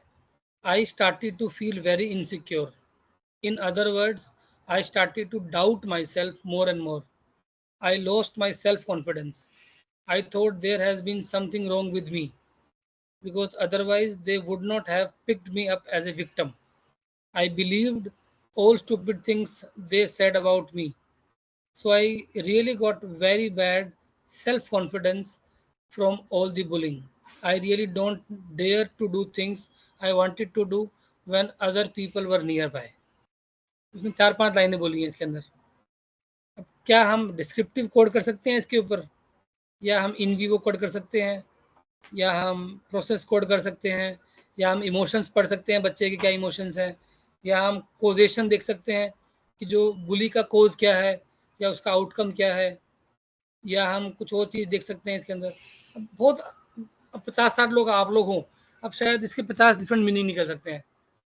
But is there a consensus that we can have, कि क्या हम 20-50 लोग या 10 लोग या 5 लोग या 3 लोग जो रिसर्च कर रहे हैं, क्या हम एक एग्रीमेंट पे पहुंच सकते हैं? Now the stage is open. I want you guys to speak. All of you should speak to respond this, and then last 15 minutes I want to keep it open for the question and answer.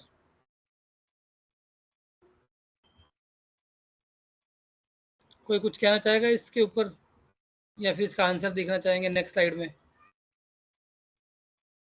आप लोग अपने जवाब दे सकते हैं अपना के बस ध्यान ये अनम्यूट रखिए कि करके। हाथ उठा लीजिएगा एक बार।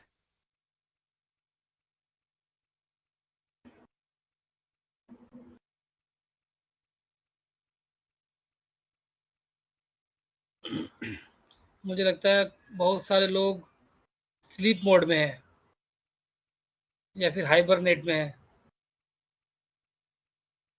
इसी वजह से मैं नहीं भी सर, स्लीप पर्सनली मोड में नहीं है ऑनलाइन। सर, हाँ जी। स्लीप मोड में नहीं है सर।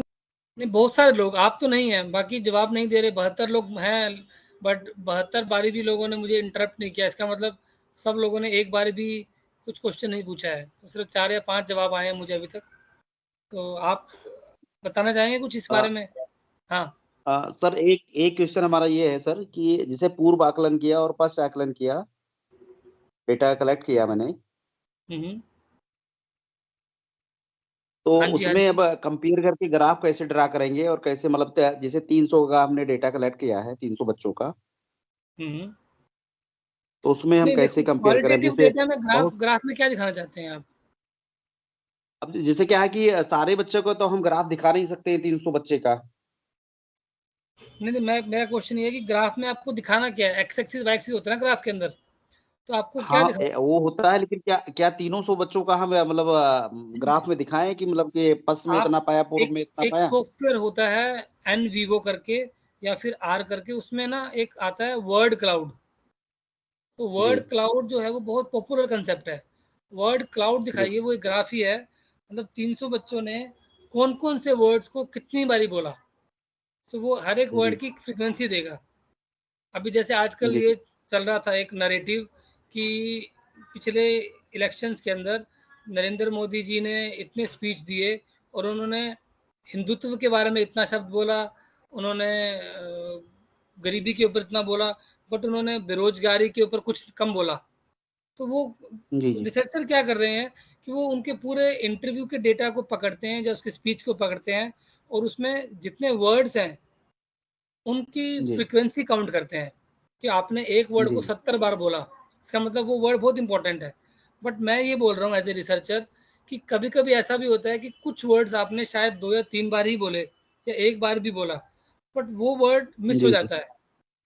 तो जी जी वर्ड क्लाउड दिखाने के साथ साथ अगर आपके पास थोड़ा सा और समय मिलेगा तो कुछ ऐसे नए वर्ड भी दिखाइए जो कि पहले लोगों ने नहीं बोले हैं, क्योंकि जो वर्ड जी क्लाउड में कॉमन वर्ड्स हैं वो बहुत ज़्यादा दिखेंगे आपको, और वही वर्ड्स आप बार बार दिखाएंगे तो लोग बोलेंगे कि हाँ आपने काम किया है, बट कुछ नया चीज़ नहीं जी आया। तो वर्ड क्लाउड का जी एक सॉफ्टवेयर पे एक मैं शायद बोलूँगा इनसे एक होना चाहिए सेशन, जहाँ पर हम लोग डमी इंटरव्यू डेटा लेकर उस पर काम करें कि कैसे वर्ड क्लाउड बनाते हैं, और कैसे वर्ड क्लाउड के बाद कुछ कुछ डेटा के अंदर हम कोरिलेशन एनालिसिस भी करते हैं कि इस वर्ड के बाद आपने जी ये वर्ड बोला। और जी कुछ कुछ बार हम उसको बोलते हैं सेंटिमेंट एनालिसिस, वो भी करते हैं कि आपने जो ये जी पूरा इंटरव्यू दिया या पूरी बात बोली उसमें आपके पॉजिटिव सेंटिमेंट थे या नेगेटिव सेंटिमेंट थे, बट वो सेंटिमेंट भी कहाँ से आ रहे हैं, हम सॉफ्टवेयर में डाल रहे हैं कि ये 1000 जो शब्द हैं इनका एक नेगेटिव सेंटिमेंट है, इन 1000 वर्ड्स का पॉजिटिव सेंटिमेंट है। तो वो कैसे उसको इंटरप्रेट कर रहा है वो हम बता रहे हैं पहले से ही। तो वो हम जी लोग जी उन शब्दों को, उन डेटा को हम लोग क्वांटिफाई कर रहे हैं। जी जी बट मेरा सवाल ये था कि हम उसको क्वांटिफाई कम से कम करें और उसको डेप्थ में बताएं कि अब उस बच्चे ने जी अगर जी ये बोला है कि I got a very bad self confidence, तो अगर हम बोलें कि बुलिंग का आउटकम क्या है, बुलिंग का आउटकम है सेल्फ कॉन्फिडेंस कम होता है बच्चों का। तो मैं एक थ्योरी बना सकता हूँ कि अगर हम बच्चों से बुलिंग करेंगे तो उसका सेल्फ कॉन्फिडेंस कम होगा। जी बाकी जी वर्ड्स भी मैं पिक कर सकता था, बट सेल्फ कॉन्फिडेंस उसने वर्ड 2 बार ही बोला है, तो उसको मैं पिक कर सकता हूँ ना अभी। उसने बाकी एक वर्ड भी ये बोला कि जैसे कि मैं अब लोगों से अपनी बातें शेयर करना बंद कर दिया हूँ क्योंकि मुझे लोग बुली करते हैं, तो मैं आसपास लोग होते हैं तो मैं कुछ नहीं बोलता हूँ। तो इस तरह से आप थीम बना सकते हैं कि बुलिंग के पॉसिबल आउटकम्स क्या हैं, और सबसे ज़्यादा बारी बोला कि सेल्फ कॉन्फिडेंस। बट आप देखेंगे लिटरेचर में कि पहले से लोगों ने बताया है कि बुलिंग करने से कॉन्फिडेंस कम होता है, तो आपका नया चीज़ क्या है? तो आप बोलोगे नई चीज़ मेरी ये है कि बुली करने से लोग अपने आप को एक्सप्रेस भी नहीं करते, या फिर कुछ ऐसी चीज़ आपको जो लगे जो बहुत कम बोली है बट काफ़ी यूनिक है और काफ़ी नोवेल है। तो इस पे अगर आप ध्यान देंगे तो शायद आपका क्वांटिटेटिव एंड क्वालिटेटिव का एक जस्टिस अच्छा होगा। ठीक है, ओके, थैंक यू सर। सो अभी हम कुछ सवाल हैं चैट बॉक्स में, वो ले लें क्या करके नितेश जी? तो जगप्रीत कौर जी का सवाल है। हाँ हाँ सर, सर। चैट बॉक्स पे चैट आपके जो प्रश्न आए हैं वो आप सर एक तो ले सकते हैं जी। मैडम आपकी बात थोड़ी कम आ रही है मुझे। तो चैट बॉक्स पे सर कुछ क्वेश्चंस हैं तो हाँ उनको जी, हम ले सकते हैं, आप उसका सर देख लीजिए एक बार। हाँ जी, मैं चैट बॉक्स में जा रहा हूँ। चैट बॉक्स में ऊपर से नीचे पढ़ता हूँ मैं, तो मुझे एक क्वेश्चन नीचे से ऊपर पढ़ता हूँ लास्ट से। सो सभी से निवेदन है कि सर के द्वारा दिए गए टेक्स्ट को पढ़कर, अरे ये तो वो नितेश तो जी का निवेदन है छोड़ ना। दीजिए। हाँ, in order to know causes factors behind absenteeism of students can we do qualitative research? Absolutely। Jagpreet madam, ये आपका ही शायद सवाल है, मतलब आपने लिखा है। आपका नाम सिमरन है कि जगप्रीत है? सर क्वेश्चन मैंने ही लिखा था। ये हम लोग जो डाइट्स में जो टॉपिक्स ले रहे हैं उनमें से एक आध टॉपिक्स मैंने लिखे हैं जिससे कि लोग नहीं, इट्स ए वेरी पहचान पाए कि परफेक्ट अगर क्वेश्चन ऐसे फॉर हैं। Qualitative research. ये उसके लिए उत्तम क्वेश्चन है। आप अगर आप एब्सेंटिज्म के रीजंस जानना चाहते हैं तो आपको क्वालिटेटिव ही करनी है। और रीजंस के भी आपको क्या होता है, कभी कभी ना लोग झूठ भी बोलते हैं कि बुखार था, बीमार था। तो अगर आपको थोड़ा सा और गहराई में जाना है कि क्या बच्चे सच बोलते हैं, क्या उनके जेन्युइन रीजंस हैं, तो qualitative is the best way. तो जी आई रियली एंडोर्स। हाँ, इसी तरह हाँ, से कुछ क्वेश्चन है। जिन लोगों का मेरी आवाज आ रही है। हाँ मैम, आ रही है, बोलिए। हाँ, मैं ये बस सर मैं ये कहना चाहती हूँ कि जिन लोगों के टॉपिक्स जो लोग क्वालिटेटिव जिनको लग रहा है तो आइडेंटिफाई तो आप लोगों ने पहले ही कर लिया होगा, लेकिन यहाँ पे अगर आप लोगों का कंफ्यूजन टॉपिक को लेकर के या उसकी किसी अप्रोच को लेकर के कि हम उसमें इंटरव्यू कर रहे हैं तो हमें कैसे करना है, प्लीज अपने क्वेश्चंस पुट अप करिए और अपने कंफ्यूजन्स को दूर करिए। इसीलिए मैंने ये क्वेश्चंस खुद से डाले क्योंकि आप लोगों के टॉपिक्स ऐसे ही हैं, जैसे कि चैलेंजेस को, कॉजेस को ना, तो वहां पे आई थिंक सर हमें बहुत अच्छा गाइड कर सकते हैं। जी सर। बिल्कुल ठीक कह रहे हैं आप। अगर क्वेश्चन पूछेंगे तो मैं जवाब दूंगा, अगर नहीं भी पूछेंगे तो मैं बता सकता हूँ। सबसे बड़ी दिक्कत आती है कि आपको कौन से क्वेश्चन पूछने हैं बच्चों से।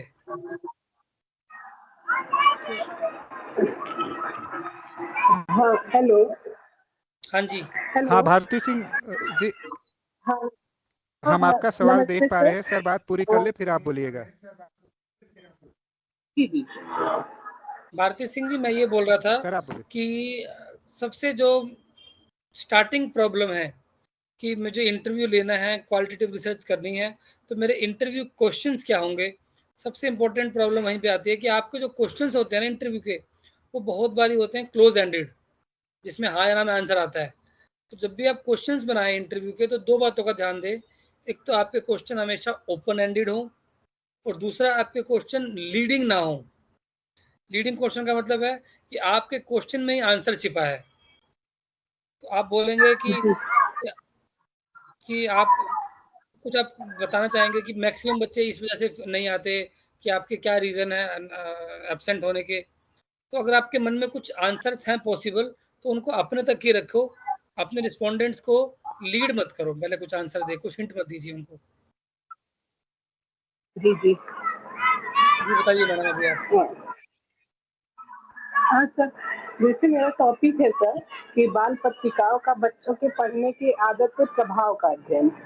तो सर हमने जो क्या कहते हैं ये प्री टेस्ट पोस्ट टेस्ट हमारा हो चुका है, तो उसमें हमने क्या किया था कि 10 हमने कंट्रोल्ड बच्चे रखे और 10 क्या कहते हैं उनको हमें ट्रीटमेंट दिया 1 महीने का कि मतलब उनको रेगुलर हमने बाल पत्रिकाएं दिया पढ़ने के लिए।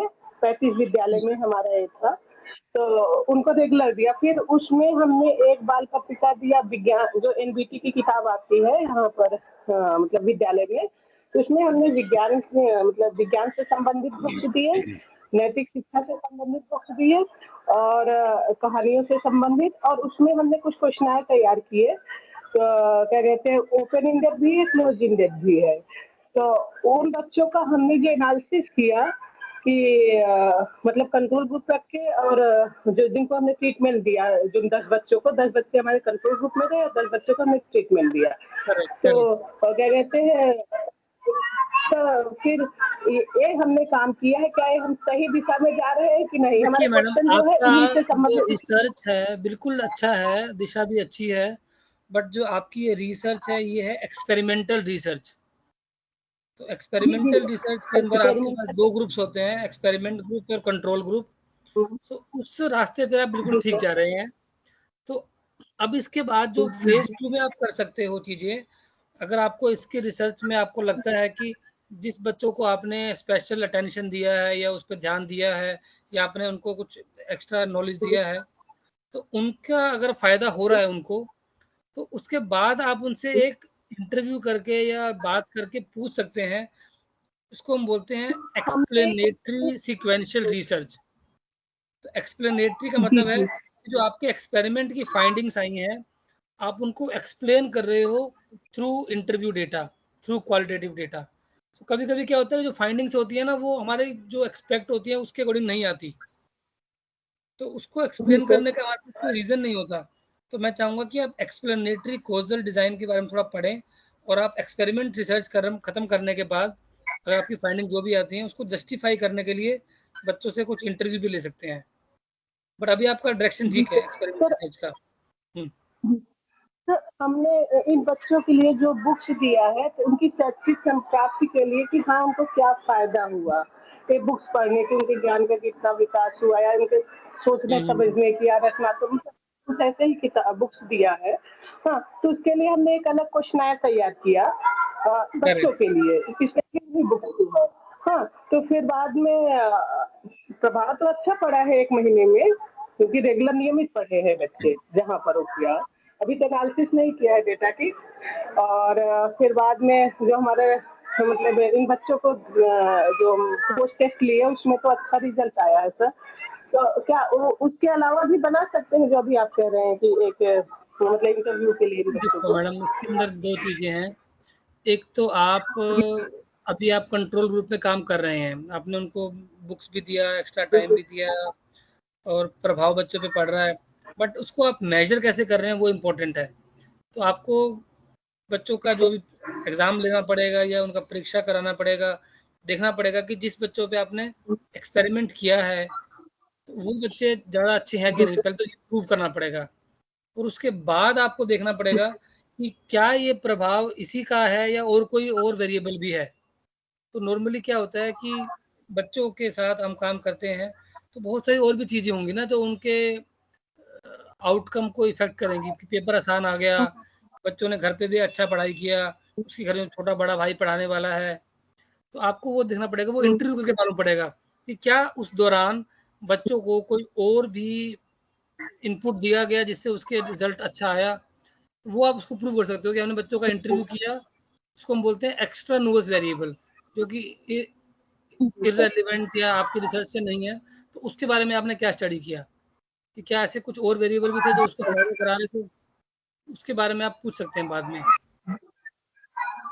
सर को जाना भी है तो एक आध सवाल और ले लेते हैं। हाँ सर, हेलो, मैं पुनीत कुमार मौर्य, ढाका आजमगढ़ से। तो जी सर मेरा प्रश्न ये है कि जो हमारा रिसर्च की टॉपिक है, जनपद आजमगढ़ में विगत वर्षों में गणित विषय के प्रशिक्षण कार्यक्रम का प्राथमिक विद्यालय के शिक्षकों की गणित पढ़ाने की शैली एवं विद्यार्थियों की गणित विषय की उपलब्धि पर प्रभाव का अध्ययन। तो ये सर दोनों में, क्वालिटेटिव और क्वांटिटेटिव दोनों में ये रिसर्च आएगा? उसमें अगर आपको लगता है कि शैली में कुछ डिफरेंट है, मतलब जो अध्यापकों की जो तरीका है पढ़ाने का, तो आप उसको हमेशा मेजर नहीं कर पाओगे क्वांटिटेटिवली, तो आप उसको क्वालिटेटिवली करना पड़ेगा कि क्या अध्यापकों ने कुछ नया शैली या कुछ नया तरीका या नया पेडागोजिकल टूल यूज किया है। तो उसमें मुझे लगता है starting point will always be qualitative. Qualitative का मतलब इसको हम बोलेंगे एक्सप्लोरेटरी रिसर्च, डिजाइन जी या एक्सप्लोरेटरी सीक्वेंशियल। जैसे मैडम का था एक्सप्लेनेटरी, आपका एक्सप्लोरेटरी। इसका मतलब है कि आप पहले तो आप एक्सप्लोर कर रहे हो, जान रहे हो कि क्या नई चीज़ें टीचर्स कर रहे हैं या बच्चे कर रहे हैं जिससे उनका गणित में अच्छा रिजल्ट आ रहा है या उनका शैली कुछ यूनिक है। उसके बाद सर आप क्वांटिटेटिव कर जी सकते हैं। हाँ सर, यहाँ पे जैसे पिछले साल ये हमारे लिए पुनीत जी, प्राथमिक विद्यालय पर एक प्रशिक्षण कराया गया था विगत वर्ष में 522 शिक्षकों का। वो गणित किट प्रशिक्षण था प्राथमिक विद्यालय के शिक्षकों के लिए। तो हमने इस पे सर 2 क्वेश्चनार बनाया है। एक शिक्षकों के लिए कि ये ट्रेनिंग के बाद उनके पढ़ाने की शैली में क्या-क्या परिवर्तन हुआ, वो क्या-क्या यूज कर रहे हैं जो किट प्रोवाइड किया गया है। सर अब दूसरा जो इसमें एक टॉपिक और जोड़ा गया है कि विद्यार्थियों की गणित विषय की उपलब्धि पर प्रभाव का अध्ययन। तो उसके बाद ये विद्यार्थियों के लिए भी एक टूल बनाया जाए कि ये अपने विद्यालय पर ट्रेनिंग जी लेने के जी जी, बाद गए हैं तो क्या विद्यार्थियों में वैसा परिवर्तन हुआ है कि नहीं हुआ है? बिल्कुल तो ये बिल्कुल, 2 उसके टूल बिना तो बनेंगे। आपकी रिसर्च इनकम्प्लीट है ना, वो बनाना पड़ेगा आपको। हाँ जी। नहीं, इसी पर सर हम काम कर रहे हैं, पुनीत जी, क्वेश्चनार पर ही, दोनों पर। पुनीत जी, पुनीत जी, जी हम सर। इस पे मतलब अलग फतेहपुर से से बात अतुल कर सर मेरा सकते नाम हैं। है। हाँ, हाँ जी। अतुल जी, अच्छा हेलो। पूछिए आप, इसके बाद ये हाँ लास्ट जी, हाँ सवाल जी, है, हाँ हाँ जी। सर को जाना है। हाँ, प्लीज जल्दी से पूछ लीजिए। सर मेरा जो है ऐसा ही कुछ टॉपिक है। फतेहपुर डिस्ट्रिक्ट में, फतेहपुर जनपद में विज्ञान किट के उपयोग के द्वारा बच्चों में रुचि एवं शैक्षिक संप्राप्ति पर प्रभाव का अध्ययन, ये सर मेरा टॉपिक है। सर इसमें बच्चों हेतु हम लोग कैसे क्वेश्चनायर बनाए जिससे हमारे रुचि और शैक्षिक संप्राप्ति जो है हम लोग का आकलन कर सके। सी, जो मैंने आपको बताया कि सबसे इम्पोर्टेंट तो है आपको बच्चों की तरह से सोचना पड़ेगा। आपको देखना पड़ेगा कि बच्चों को जो इंटरेस्ट है, रुचि है, वो किस मतलब किस डायमेंशन से आपको मेजर करनी है कि क्या वो ज़्यादा समय दे रहे हैं, क्या वो उसको अपने प्रैक्टिकल चीज़ों से रियल लाइफ से लिंक कर पा रहे हैं, क्या वो आपस में डिस्कशन में लाते हैं। तो आपके क्वेश्चंस मतलब आपके पास कुछ कुछ आंसर्स भी होंगे, बट प्रश्न को आप अपने ब्रॉड रखिए, ओपन एंडेड रखिए और ये पूछिए कि क्या इससे ओवरऑल प्रभाव पड़ा है आपके ऊपर। तो अगर आप ओवरऑल प्रभाव की बात करें तो बच्चा अपने आप बोलेगा कि हाँ, इससे मेरी सोच पे फ़र्क आया है या इससे मेरे डिस्कशन में फ़र्क आया है या इस चीज़ को मैं अपने पर्सनल लाइफ में या if I look around my self, मैं उसको चीज़ों को समझ पा रहा हूँ। तो मुझे लगता है कि जो क्वेश्चन पूछेंगे आप उसको थोड़ा-सा उसको जनरलाइज़ बनाइए, ब्रॉड बेस्ड बनाइए और हिंट मत दीजिए। कुछ बारी हम क्या करते हैं, हम लोग ना कन्फर्म करते हैं अपनी बातों को। सो रिसर्चर को कन्फर्म नहीं करना चाहिए, ओपन रहो कि बच्चे और जो भी आपके रिस्पोंडेंट्स हैं वो क्या बात करते हैं। जी, ठीक है। अब हम और सवाल नहीं ले पाएंगे, आपके मन में जरूर, वैसे मैंने सर से कहा था 1 बजे तक वो हम खत्म कर देंगे इसको हर हाल में। तो मैं सर से गुंजन मैम बोलिए को सर कि हम आमंत्रित बाद में करूंगा। डिस्कशन कर लें। हाँ, बातचीत के लिए सर से निवेदन करूंगा, मेल आईडी आगे कनेक्ट कर सकेंगे तो जरूर हम शेयर करेंगे। आप गुंजन रौतेला मैम से मैं आग्रह करूंगा कि सभी प्रतिभागियों और सर का धन्यवाद ज्ञापित करें। Ma'am. Nitesh ji, thank you so much. और ज्यादा वक्त ना लेते हुए, क्योंकि सर को जाना है, उनका शेड्यूल फिक्स है। सबसे पहले तो सर का बहुत बहुत धन्यवाद देना चाहती हूँ कि उन्होंने अपने प्रेशियस और बिजी शेड्यूल में very big opportunity for all of us. और क्योंकि बताया क्वालिटेटिव डेटा एनालिसिस के बारे में मैंने किताबों में थोड़ा बहुत पढ़ा है, पीएचडी किया हुआ इसलिए, लेकिन जो सर ने बहुत क्रिस्प वे में और अपने प्रेजेंटेशन के थ्रू जो हमें बताया, मतलब बहुत अच्छा मुझे प्रेजेंटेशन लगा। जो कंपैरिजन वाला टेबल था उसमें सब कुछ था कि हम आइडेंटिफाई कैसे करेंगे, किस तरह के टॉपिक्स, 5 जो हमारे डायमेंशन एस्पेक्ट्स होते हैं, क्वालिटेटिव या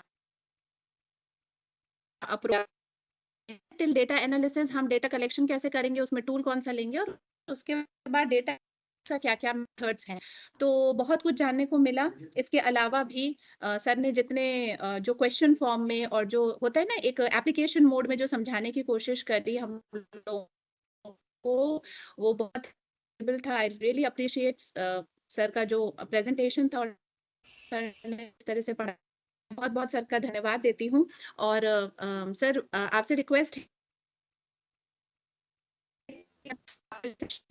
रखना चाहेंगे तो होपफुली आपका हमें टाइम मिले। थैंक यू, धन्यवाद। मैं इस सेशन को यहीं पे समाप्त करती हूँ। जी सर। और इसके अलावा जो हमारे पार्टिसिपेंट्स हैं उन लोगों ने बढ़ चढ़ के इस सेशन में कुछ मनोविज्ञान शाला से भी आप लोगों का किया, मुझे बहुत अच्छा लगा। आप लोगों ने क्वेश्चंस भी पूछा। नरेश कुमार जी, प्रीति गौर मैडम, भारती सिंह, पुनीत सर है ना आजमगढ़ से, पुनीत सर का जो क्वेश्चन था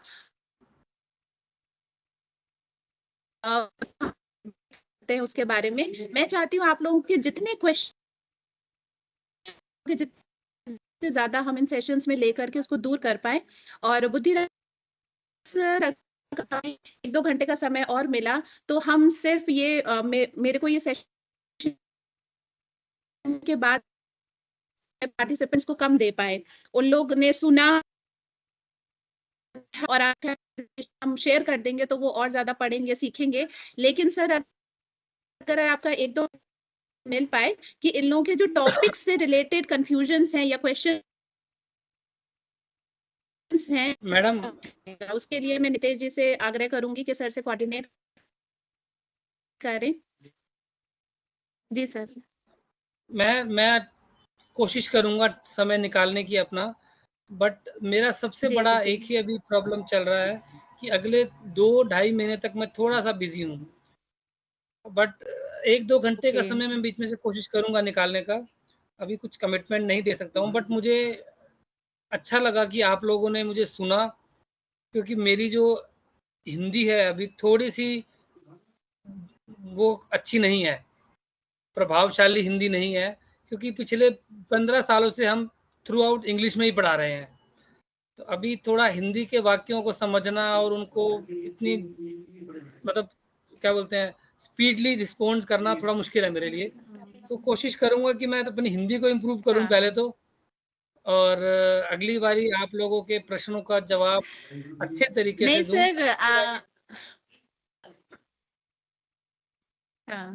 नहीं सर, हम तो बिल्कुल जान नहीं पाए कि आपकी हिंदी कमजोर है या आपकी हिंदी अच्छी नहीं है। आप बहुत फ्लुएंटली हिंदी बोल रहे थे, बट हाँ शायद रीडिंग में आपको शायद हिंदी दिक्कत है। हम सब भी प्रयास करेंगे कि इंग्लिश में हम ज्यादा से ज्यादा पढ़ें। सर टर्मिनोलॉजीज में कोई दिक्कत नहीं है। हाँ, बातचीत करने में सही है सर। नहीं, अगर मैं फिनोमिनोलॉजी का हिंदी बताऊंगा तो मुझे भी शायद नहीं मालूम होगा, क्योंकि फिनोमिनन इज घटना। अब घटनीयता है या घटनात्मक है या कुछ और है, तो वो थोड़ा सा कंफ्यूजन हो जाता है।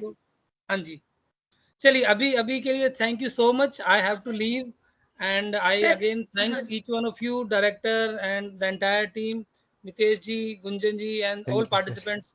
Thank you for bearing me and wish you a good research. आप अपने शोध में कामयाब रहें, अपने काम में कार्यरत रहें। Thank you. Thank you very much sir. Thank you sir. Thank you all. Thank you sir. मैं आपसे कनेक्ट होता हूँ बाद में sir. Thank you sir. Thank you.